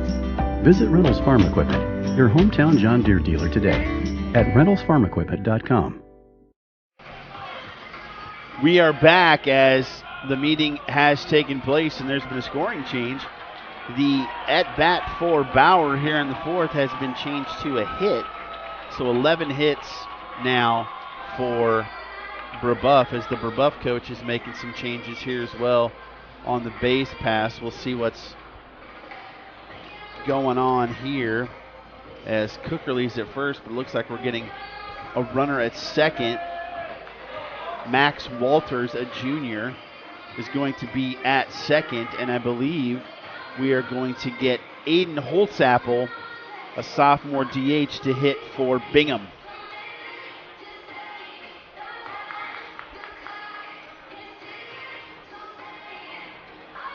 If my numbers are correct in roster, and we'll hope that is the case. Aiden Holtzapfel, a sophomore, yes sir, left-handed hitter, coming to the plate for Brebeuf in this 9-2 ball game. We will see if he plays second base for Bingham or if Bingham will return to the field once this inning ends. That pitch is down low for ball 1. Again, no place to put him. Bases are loaded. 5 runs already in for Brebeuf here in the top of the 4th. Yeah, 2 down now, but we got the big lefty up at the plate looking to do some damage. They only need 3 more runs to get to that 10-run rule. of course, obviously, they'll take as many as they can get. Yeah, you got to at least play 5 for that. So Lawrence North does get 2 more shots. But count even at 1 after that swing and miss. Breaking ball, and that's sent out into the left field gap, and that's going to drive in a run. That's going to drive in 2 for Holtzapfel as he gets himself a knock and a couple of RBIs as Finelli and Reed score, and the route is on, folks. Yeah, Holtzapfel's been having a little bit of a rough season at the plate, but that's just the thing he probably needed to get him going, as he will get 2 RBIs on that base hit out to left field, as the Braves will take an 11-2 lead. And you are right, the route might be on here, as we will see another pinch runner, as Bingham will actually come back into this game to run. There we go. We're back with Anthony Ane at the dish.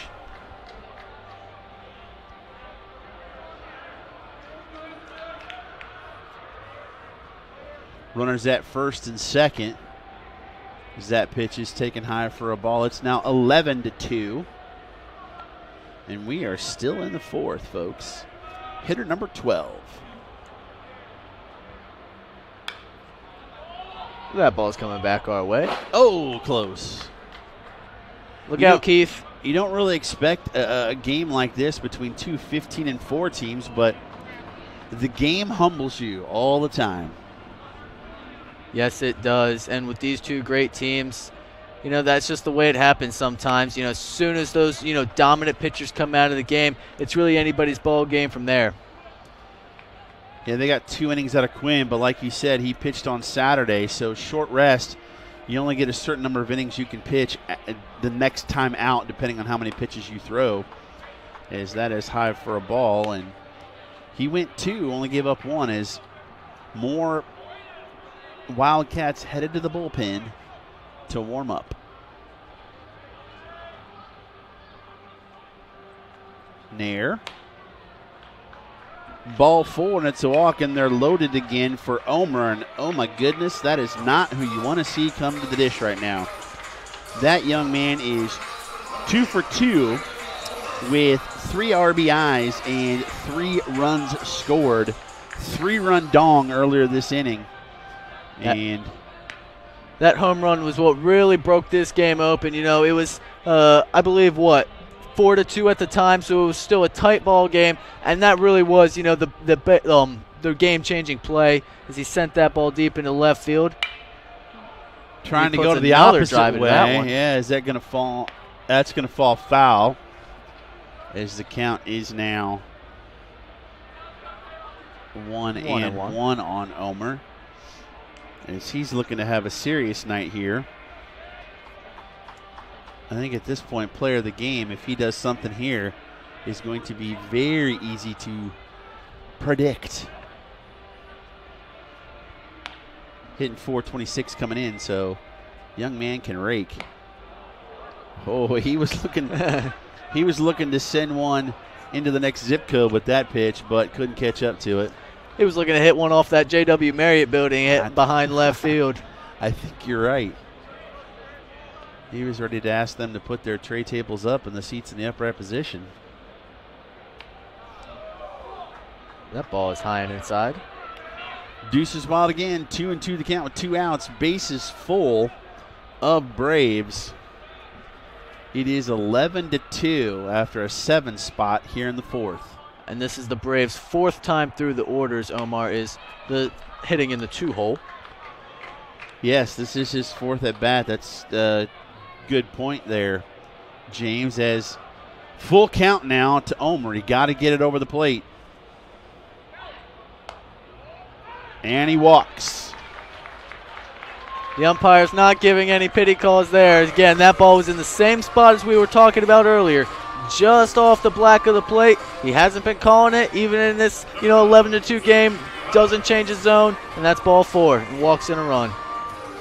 4th RBI on the night for Omer, and that brings up Bauer, who, by the way, is 2 for 3 with a couple of hits and an RBI. Couple of runs scored.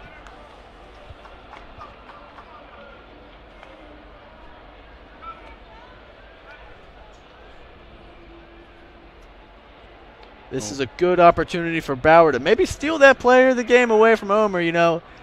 He's had, a sneaky good game as well, reaching in all 3 at-bats. Originally, earlier in this inning, we had him down as an E5, but, our official scorebook actually ruled that as a base hit, as we mentioned. That ball was hit so hard to the third baseman, there really wasn't much that he could do there. So we're crediting Bauer with a hit and saying that he's 2 for 3 on the day, while reaching base all 3 times. And now with the bases loaded at 2-1 count, a big hit here. It is 2-1 against the lefty, Nair. Now it's 3-1 again. No place to put him. Schenkelberg on deck. And pitching coach coming out to talk. So the coach is coming out to talk to Nair. I think that's the second time, if I'm not mistaken. So there's going to be a pitching change. We'll take a break. You're watching baseball on IndianaSRN.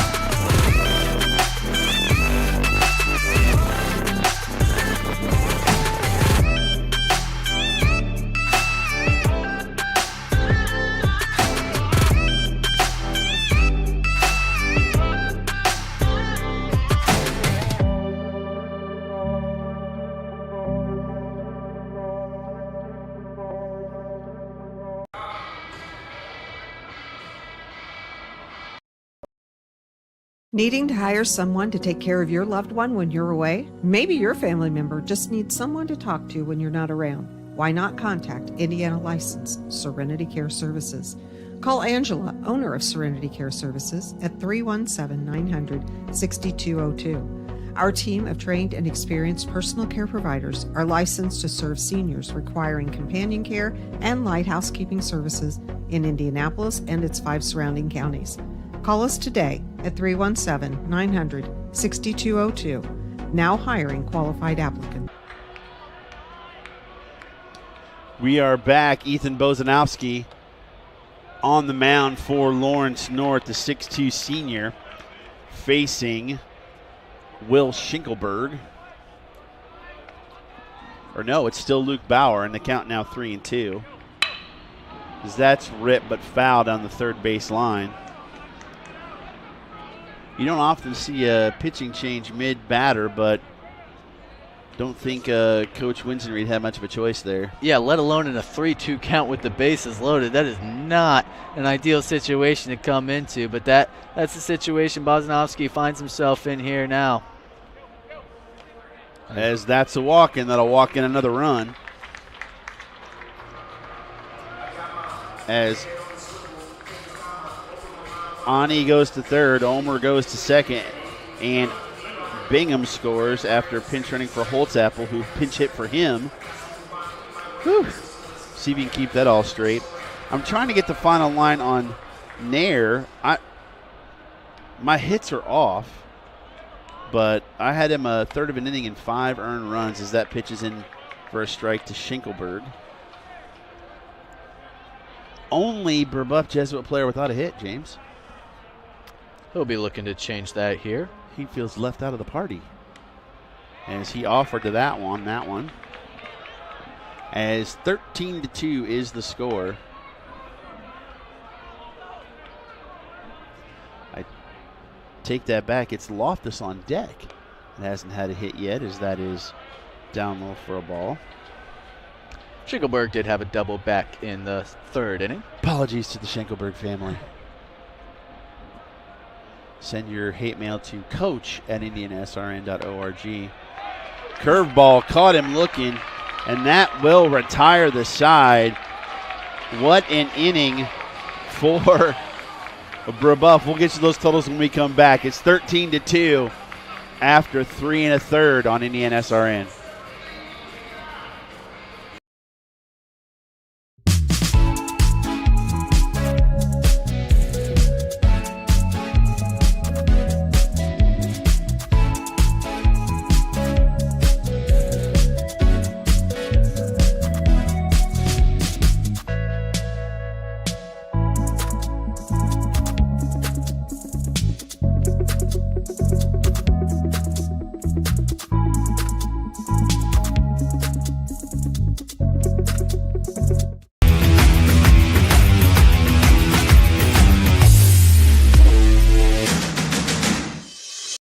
We encourage you to subscribe to our YouTube channel, IndianaSRN. Hit the bell to get notifications for upcoming games and more. Watch as many games as you want, as many times as you want. Dukanich back to the mound for Brebeuf Jesuit. As I take that back, Dukanich is not. Yes, it is him, as the lights are going out now and I can't see my scorebook. But that was quite an inning. 9 runs on 7 hits, 3 left on base for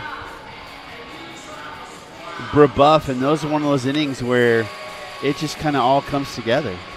Yeah, that'll take the life out of you if you're Lawrence North. But for Brebeuf, exactly, it's just, hitting is contagious, and that's what we saw there. They were just really able to start that inning off with a couple of base hits. Got that big home run from Omer, and then just everything followed suit in there, just getting base hit after base hit until the walk started coming out. And once you take the life out of the other team, that's when it's just really hard for those pitchers to throw strikes and really concentrate, and Brebeuf was able to just keep adding on. Trevor Jones at the plate, and I believe he got hit by the pitch, as he'll go down to first on the hit by pitch by Dukanich.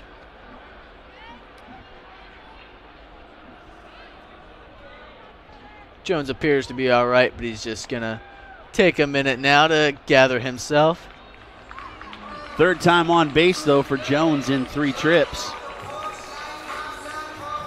And that'll bring up Logan Kroc. Kroc has been all over the base paths for Lawrence North with 2 walks, but really just making things happen with his legs.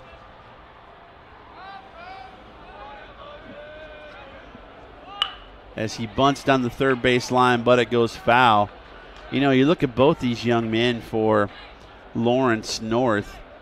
Logan Kroc is 5'7", and Trevor Jones is 5'8". But man, they get on base and they cause havoc. Neither one of them have yet to not get on base for this Lawrence North squad. You see why they score so many runs. That's why they're so effective at the top of the lineup. You don't need guys hitting home runs 1 through 9. You really just need your top 2 guys to be table setters, and that's exactly what those guys are. Then you also see, the willingness to just lay down a bunt, even as they're, down 11 runs here. Still just trying to do the little things to make something happen. Table setters is the word for sure, as it's 0-2 now. Curveball caught him looking, and that'll be the first out. I have that as the 7th strikeout for Dukanich. And his second one looking as well, as he's able to just drop that curveball in for a strike. And again, when you've got the stuff that Dukanich has, you don't always have to be perfect with it, but just, getting it in there will oftentimes be good enough. That will bring up Winsenreed, as that pitch is high for ball 1. He is singled and walked. Has one of the 2 RBIs for the Wildcats.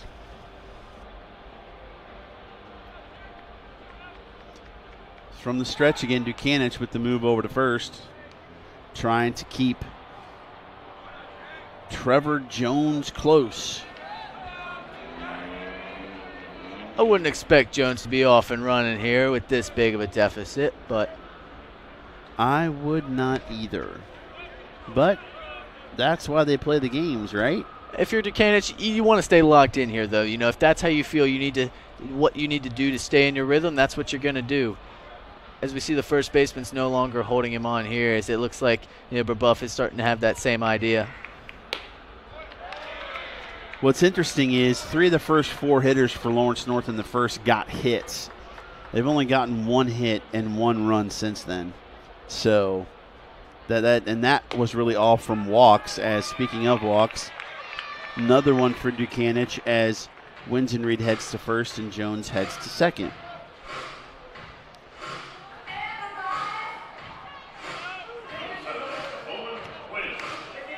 And this will be Owen Quinn coming up to the plate, the man who started the game on the mound and now finds himself in left field. That is 7 walks to go along with 7 strikeouts for Dukanich. Not really the line that you'd like to have, as he needs to have a little chit-chat with Loftus here.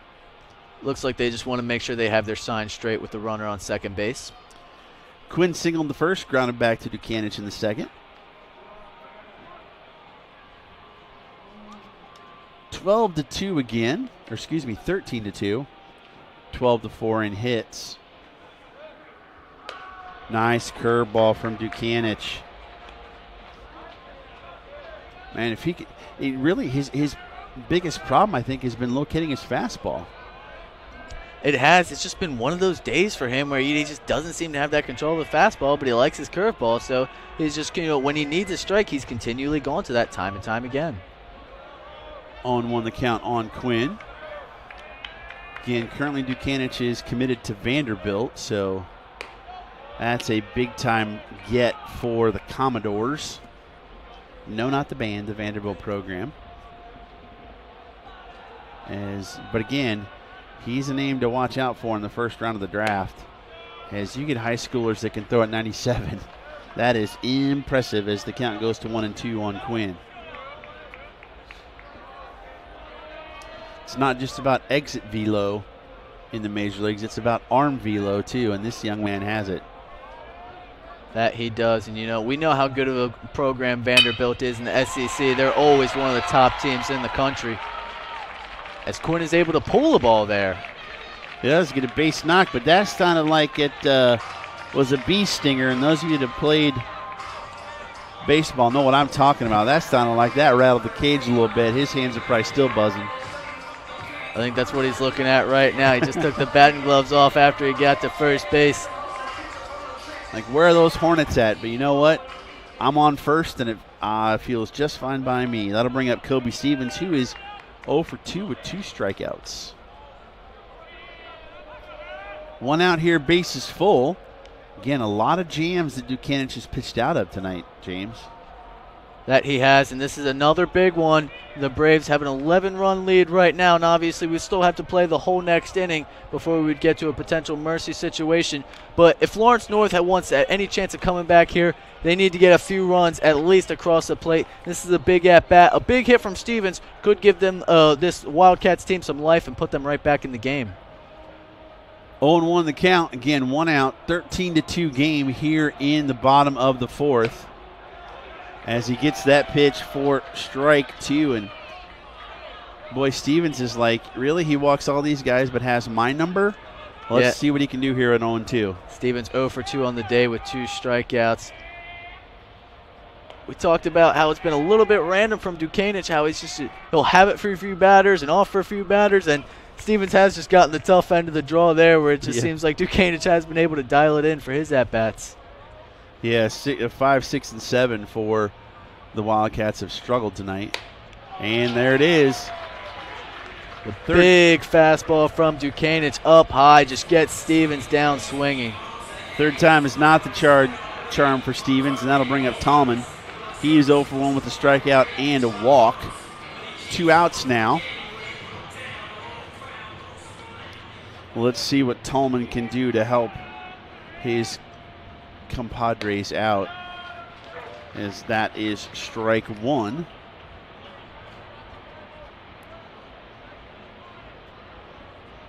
About at the hour 45 minute mark here of this game. Up for ball 1.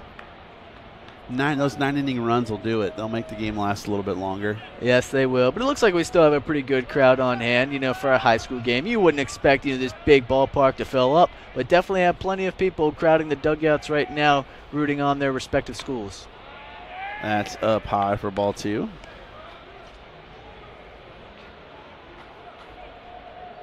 Tolman did take a walk in his last at-bat. He's looking to get on base again, which means a run scores here. Got the outside corner there to Dukanich, and he needs one more to get out of this jam. 2-2 the count with 2 outs. Let's see which pitch he decides to go with here. I might go right back to that fastball, but you can't blame him if he tries to go curveball here. Looks like he will go fastball. And it is in there for strike 3. That'll do it. 3 runners left on base. No runs scored at the end of 4. It's 13-2 Brebeuf. High school baseball in IndianaSRN.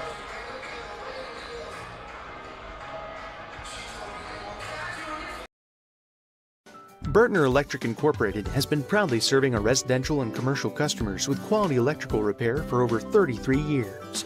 We are fully licensed and insured in electrical wiring and electrician service packages.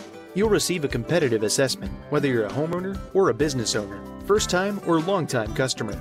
We offer free estimates for any new project. Call our licensed and experienced electricians today.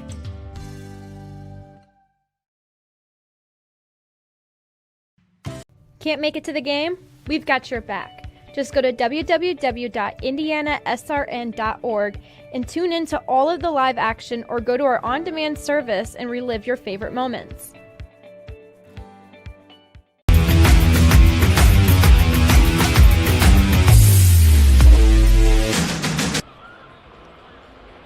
We are back, and it looks like we have another pitcher for Lawrence North. It is Kobe Stevens. As a matter of fact, he gets a shot on the mound for Lawrence North. The senior with a couple innings pitched on the season. He's done well in his limited action. He has, and let's see if he can be a Lawrence North pitcher. Doesn't give up any runs because all of them have so far, as it's a 13-2 game, 5, 6, and 7 set to come to the plate for Brebeuf. Loftus, Finelli, and Reed for the Braves. We might see some pinch hitters as I see a number 3. If that's the case, that's Jackson Reinbold out in the batter's on deck circle. But Loftus is 22, so he'll be the first to hit. We saw Reinbold pitch run in that last inning, so he might be staying in there to hit.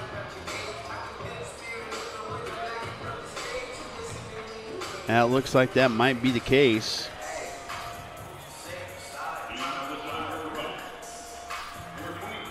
Holtzapfel had 2 RBIs on a pinch hit, so, you know, who knows what might happen.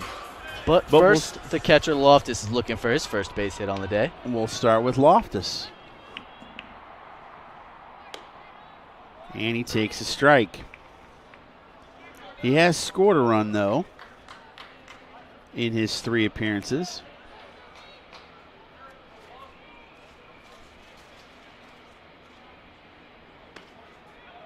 And you wonder, that's the one thing that I give this some credit for, is as this game has gotten out of hand, he has not widened his zone at all, which, again, you want consistency is the big thing, as Loftus fouls that one back. 1-2 the count. You do, and you don't want to feel like anybody's getting cheated, as, you know, some umpires get a sense of, oh, this game's getting out of hand, you know, I'm just going to widen this up and try to speed this game along. But, you know, these guys are here to play baseball, and although the score looks bad to everybody else, for these guys, it's just they're still going through the motions every single pitch, and they want everything to be the same as if it's a 0-0 game. Ooh. Oh, you got doinked right there and hit by pitch. That'll send Loftus to first. Luckily for Loftus, that looked like a big slow breaking curveball there. Probably didn't hurt too much. It did, and that will bring up Jackson Reinbold, who's pinch hitting now for Finelli. Number 3. And as the catcher, I'd be willing to bet that's not the first hit Loftus has taken to the head, and probably won't be his last. Probably not, as Coach now coming out to make the change. Has to clear it with the umpire, even though the public address announcer called Finelli's name, as we have a courtesy runner as well. Max Walters at first, I believe.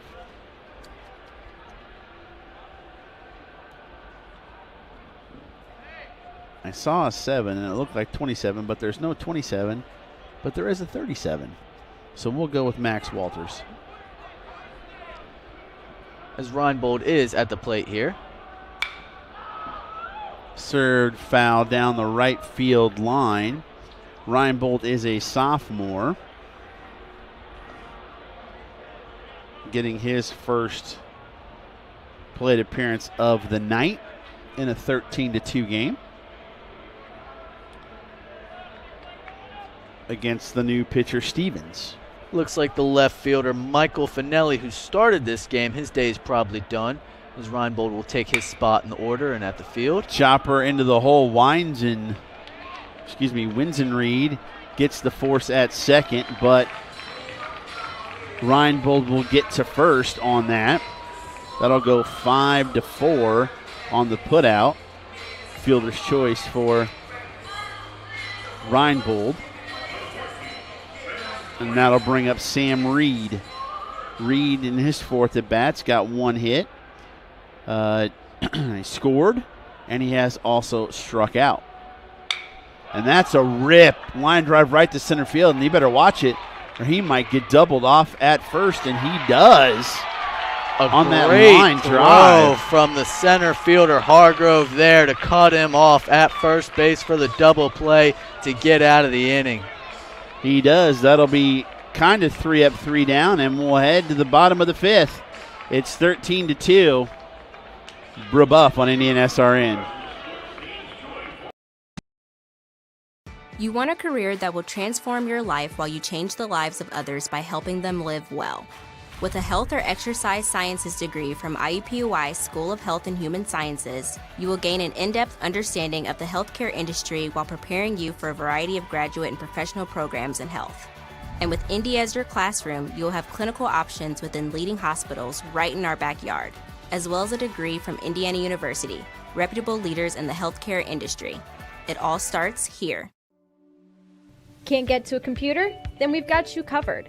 Just go to the IndianaSRN app and stay up to date with all of your favorite teams.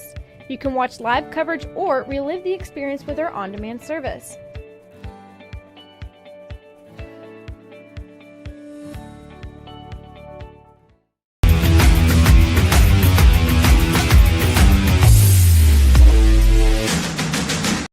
Do this one, come back. Oh, okay. We are back to Kanich out for his fifth inning of work. He just needs 3 outs, and it's a county championship for Brebeuf as they lead 13-2. That would be a 10-run rule, 7-8-9 coming to the plate for Lawrence North. What do we have in store this week, James? A lot of action coming up as we've been talking about the IHSAA tournament. That will start on Thursday. But in the meantime, Wednesday night, this same crew will go to Park Tudor, where me and Coach Keith Myers will be calling the game. That'll be Greenwood Christian Academy at Park Tudor Baseball at 5:30 p.m. And then on Thursday, we will have another high school baseball game of Covenant Christian at Chittard. And that, I believe, you will be on the call for, while the rest of the crew will be at the IHSAA tournament in Kokomo, Indiana, where we will have Hanover versus Anderson, Rose-Hulman versus Earlham, and Franklin versus the winner of the Hanover and Anderson game. That will all be on Thursday.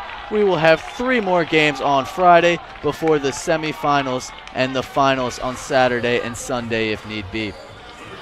Base knock for Ample. He gets his first hit of the night, and that will bring up Linton.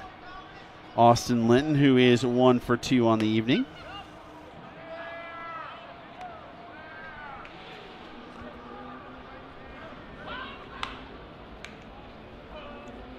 Again, 13-2. They have to get 2 runs to keep playing, do the Wildcats. And that is in for a strike. In 13 runs on 12 hits for Brebeuf, 2 runs on 6 hits for Lawrence North, as that's down the third baseline, but foul.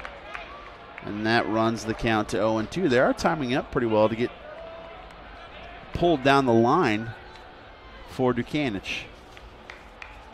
Yeah, Linton had a base hit in his last at-bat. He's really the only hitter in this Wildcats lineup that hasn't, gotten off to this phenomenal start, hitting over 300. He is hitting just about 200 on the season. But as a catcher, obviously, he has much more important work to figure out. And, as some of his pitchers have struggled today, he's had arguably the most important job back there, trying to keep everybody composed as Amble takes off first base and swipes second base there. Down to second, does get Ample go on that second, on that stolen base. Looked like some confusion there between Bauer and Bingham as to who was covering second. But 2-2 the count now on Linton. That'll take away a potential double play. But ground ball to Bauer, up with it. over to first. 6-3 on the putout. That'll be out number 1. On it, Ample advances to third, and Hargrove has been the hitter here, but looks like we're going to get a pinch hitter. No, that does look like Hargrove. Yep, Hargrove still in the game here. He walked and scored in the second, struck out in third. And I just said it a pitch ago, Amble swiped second base, which took away the potential double play, and that was a tailor-made double play ground ball from Linton. No doubt that would have been 2 outs, so, good job by Amble to swipe that bag, and now he finds himself on third base. 0-1 the count now as Dukanich is still from the stretch. Off-speed pitch up and in for a ball. I'd like to thank our cameraman for doing great work tonight as that pitch is outside. I believe we had David Clark and Nick Lewis on the camera, so I believe we had 3 cameras total for tonight's game. That's pretty good. 6 cameras? 6 cameras, the most cameras we have ever had on a... As I didn't, apparently I can't hear Jerry enunciate very well, but this has been one of our better broadcasts, all the different views we've had tonight as that pitch is outside and runs the count full. And, Jerry and Keith do a great job setting everything up, getting us these broadcasts, and just putting on a quality product, and proud to work for them here at IndianaSRN. Foul tip caught for the strikeout, and they're down to their last out. The top of the order will come up now. Trevor Jones, again, he's been on base all 3 times. Is he going to be the only batter to hit 4 times? He singled in the first, walked in the second, hit by a pitch in the fourth. He's certainly done his job today. But going back to your previous point, what a great job our production team has done today. I think we were all very excited to see that we were able to broadcast this game for everybody at Victory Field. And our production team was so excited. They were here at, 1:30 today to help to set everything up? They always give themselves plenty of time because, as you know, technology never seems to 100% cooperate. So you always want to give yourself plenty of time. Ooh, breaking ball caught the corner, and now they're down to their last strike. 1-2 the count. Dukanich looking to close it out, and he steps off the back of the mound to compose himself as he wants to get this over. We'll see what. I got a feeling he may go with the old number 1. I think we're going to see a fastball here. Oh, the umpire looked like he was going to ring him up, but he didn't.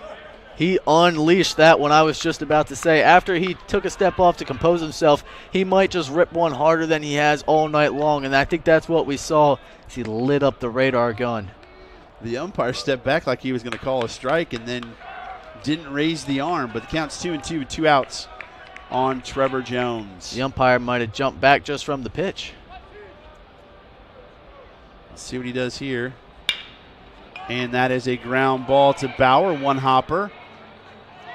Short throw over to first, bad throw, E6. That'll score a run, and Trevor Jones is on base again. No RBI on the air, but Ample does score. And that'll bring up Logan Kroc. I'm not sure what's going on with Bauer over there at shortstop, but the play he made earlier in this inning, he grounded the ball, fielded the ball well, but then kind of made a weak throw over to first base. He was still able to get it there, but again, we saw the same thing here. Just didn't look like a strong throw, and that one bounced it from the first baseman. Then the first baseman isn't able to pick it there.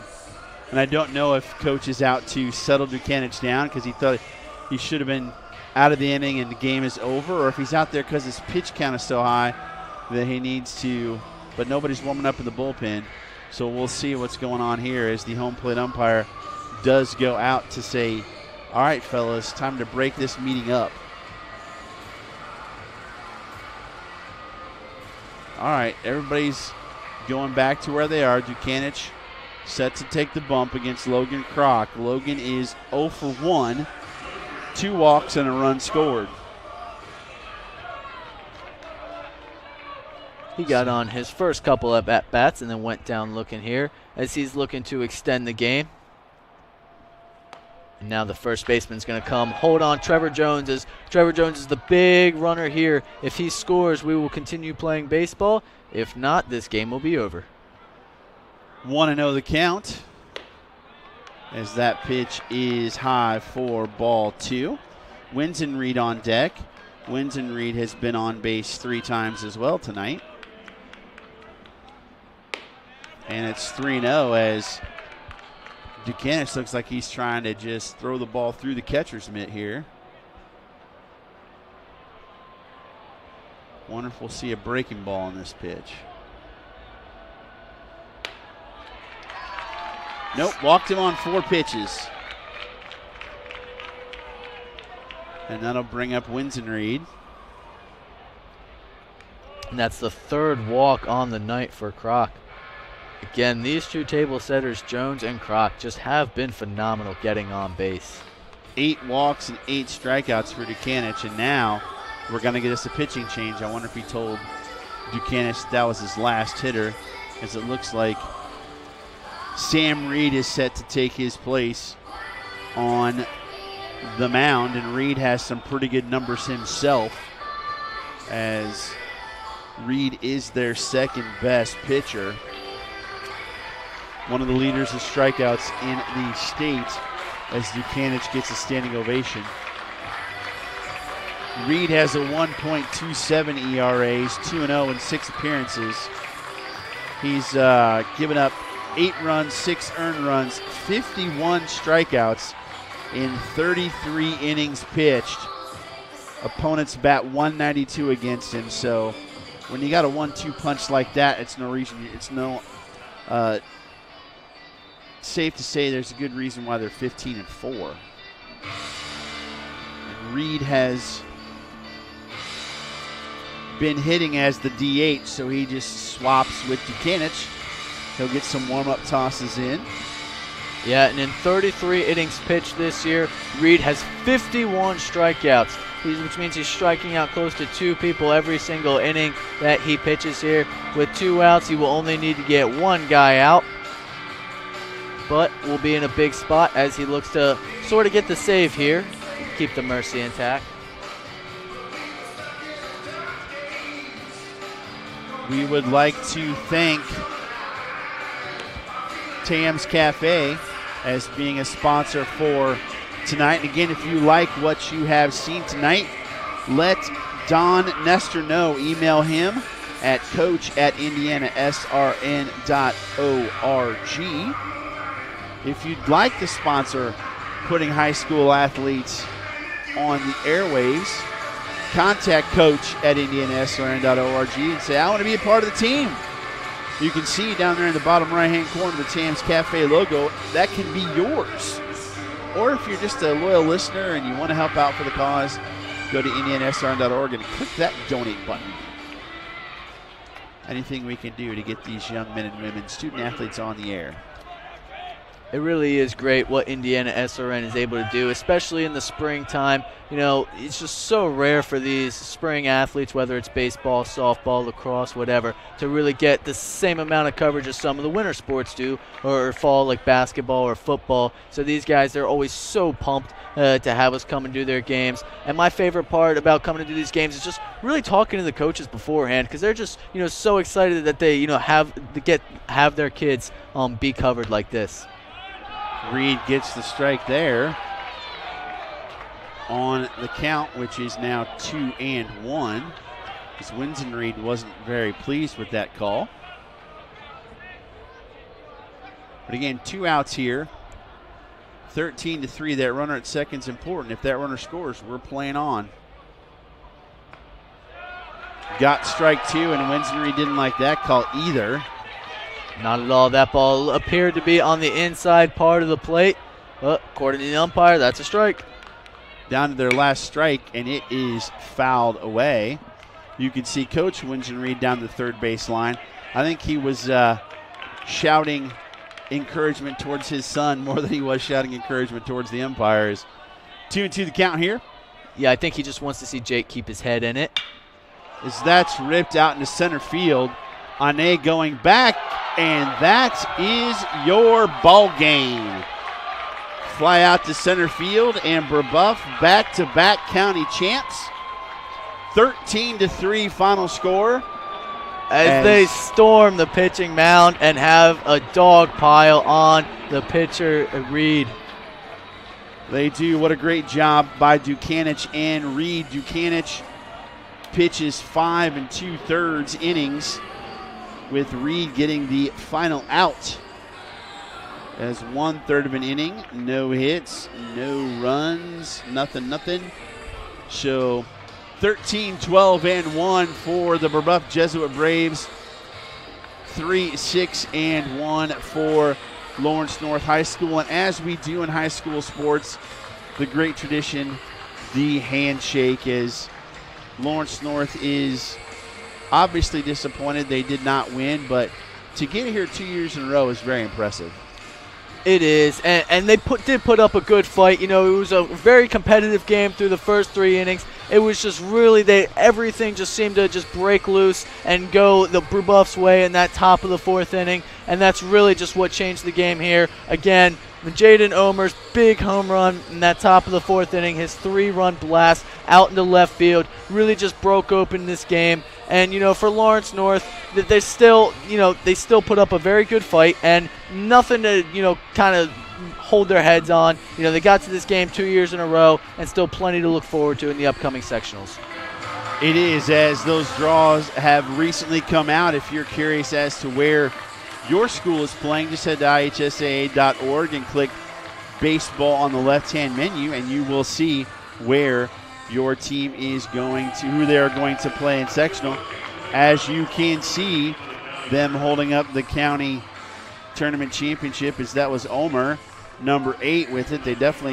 He deserved a big chunk of that trophy. That'll be nice in the trophy case at Brebeuf Jesuit Preparatory School, as they'll hand out the medals here in a second. You see, got to give a shout out to the ground crew, doing a great job of getting this field ready between both games without having a ton of time. They do a fabulous job with this. If you've ever had the pleasure of being on this turf at Victory Field, it is immaculate. It is, and you can just see the excitement from the players there, as that's what it's all about, getting to hold up the trophies at the end of the day. That is such a good feeling for the players, one they will certainly cherish and take with them for the rest of the season. Are they all Ric Flair fans? I don't, you got like they're doing the 4 Horsemen look down there. What's going on? I'm not sure, unless is that 4 in a row? Is that 4 county championship in a row? Keith Myers, our statistician, letting us down. What is going on? Come on, Keith. He had one job. Anyway, we do want to say a nice shout out to Debbie Myers, one of the keys of this absolutely well-oiled machine. She is our favorite listener, our favorite viewer, if you will. We love all of you, but Debbie Myers is special. So want to give her a shout out. She is the real MVP behind what we do here at IndianaSRN, as all the moms are. Of course, Mother's Day was this past Sunday. We do have to wish them a happy Mother's Day weekend and give them a shout out for all of they have done, as we will get into our player of the game here for the Marion County Championship. And I think this is a pretty easy decision, Sean. I think it is. It's got to go to Jaden Omer with the big 3-run bomb that really broke this open and gave Brebeuf that momentum to run rule, if you will, Lawrence North here for the county championship. As you see the seniors pointing at the trophy, they got to get those wonderful social media pictures here. Mother's Day is even more fun when you can say Happy Mother's Day to your mother and to the mother of your children. When you can double dip there, it's kind of nice. Just thought I'd throw that out there. I bet it is. Maybe one day I'll figure that out. It's all good. As still taking more pictures.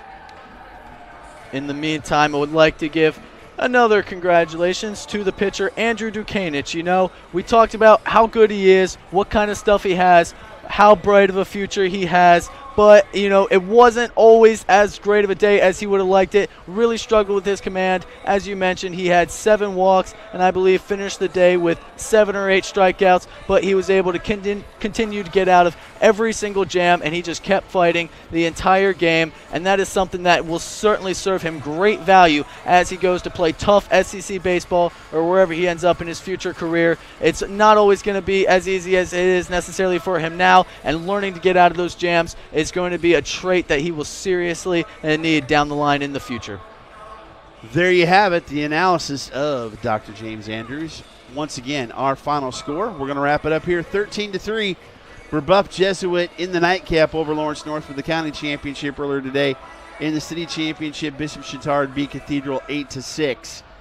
For Keith Myers, for Jerry Collins, for the whole crew, everyone that was involved today, we'd like to thank you so much for joining us. Don't forget to continue joining us this week for plenty of baseball right here on IndianaSRN. The county championship, Brebeuf Jesuit takes it by a score of 13-3 for James Andrews. I'm Sean Kroll. Good night and God bless.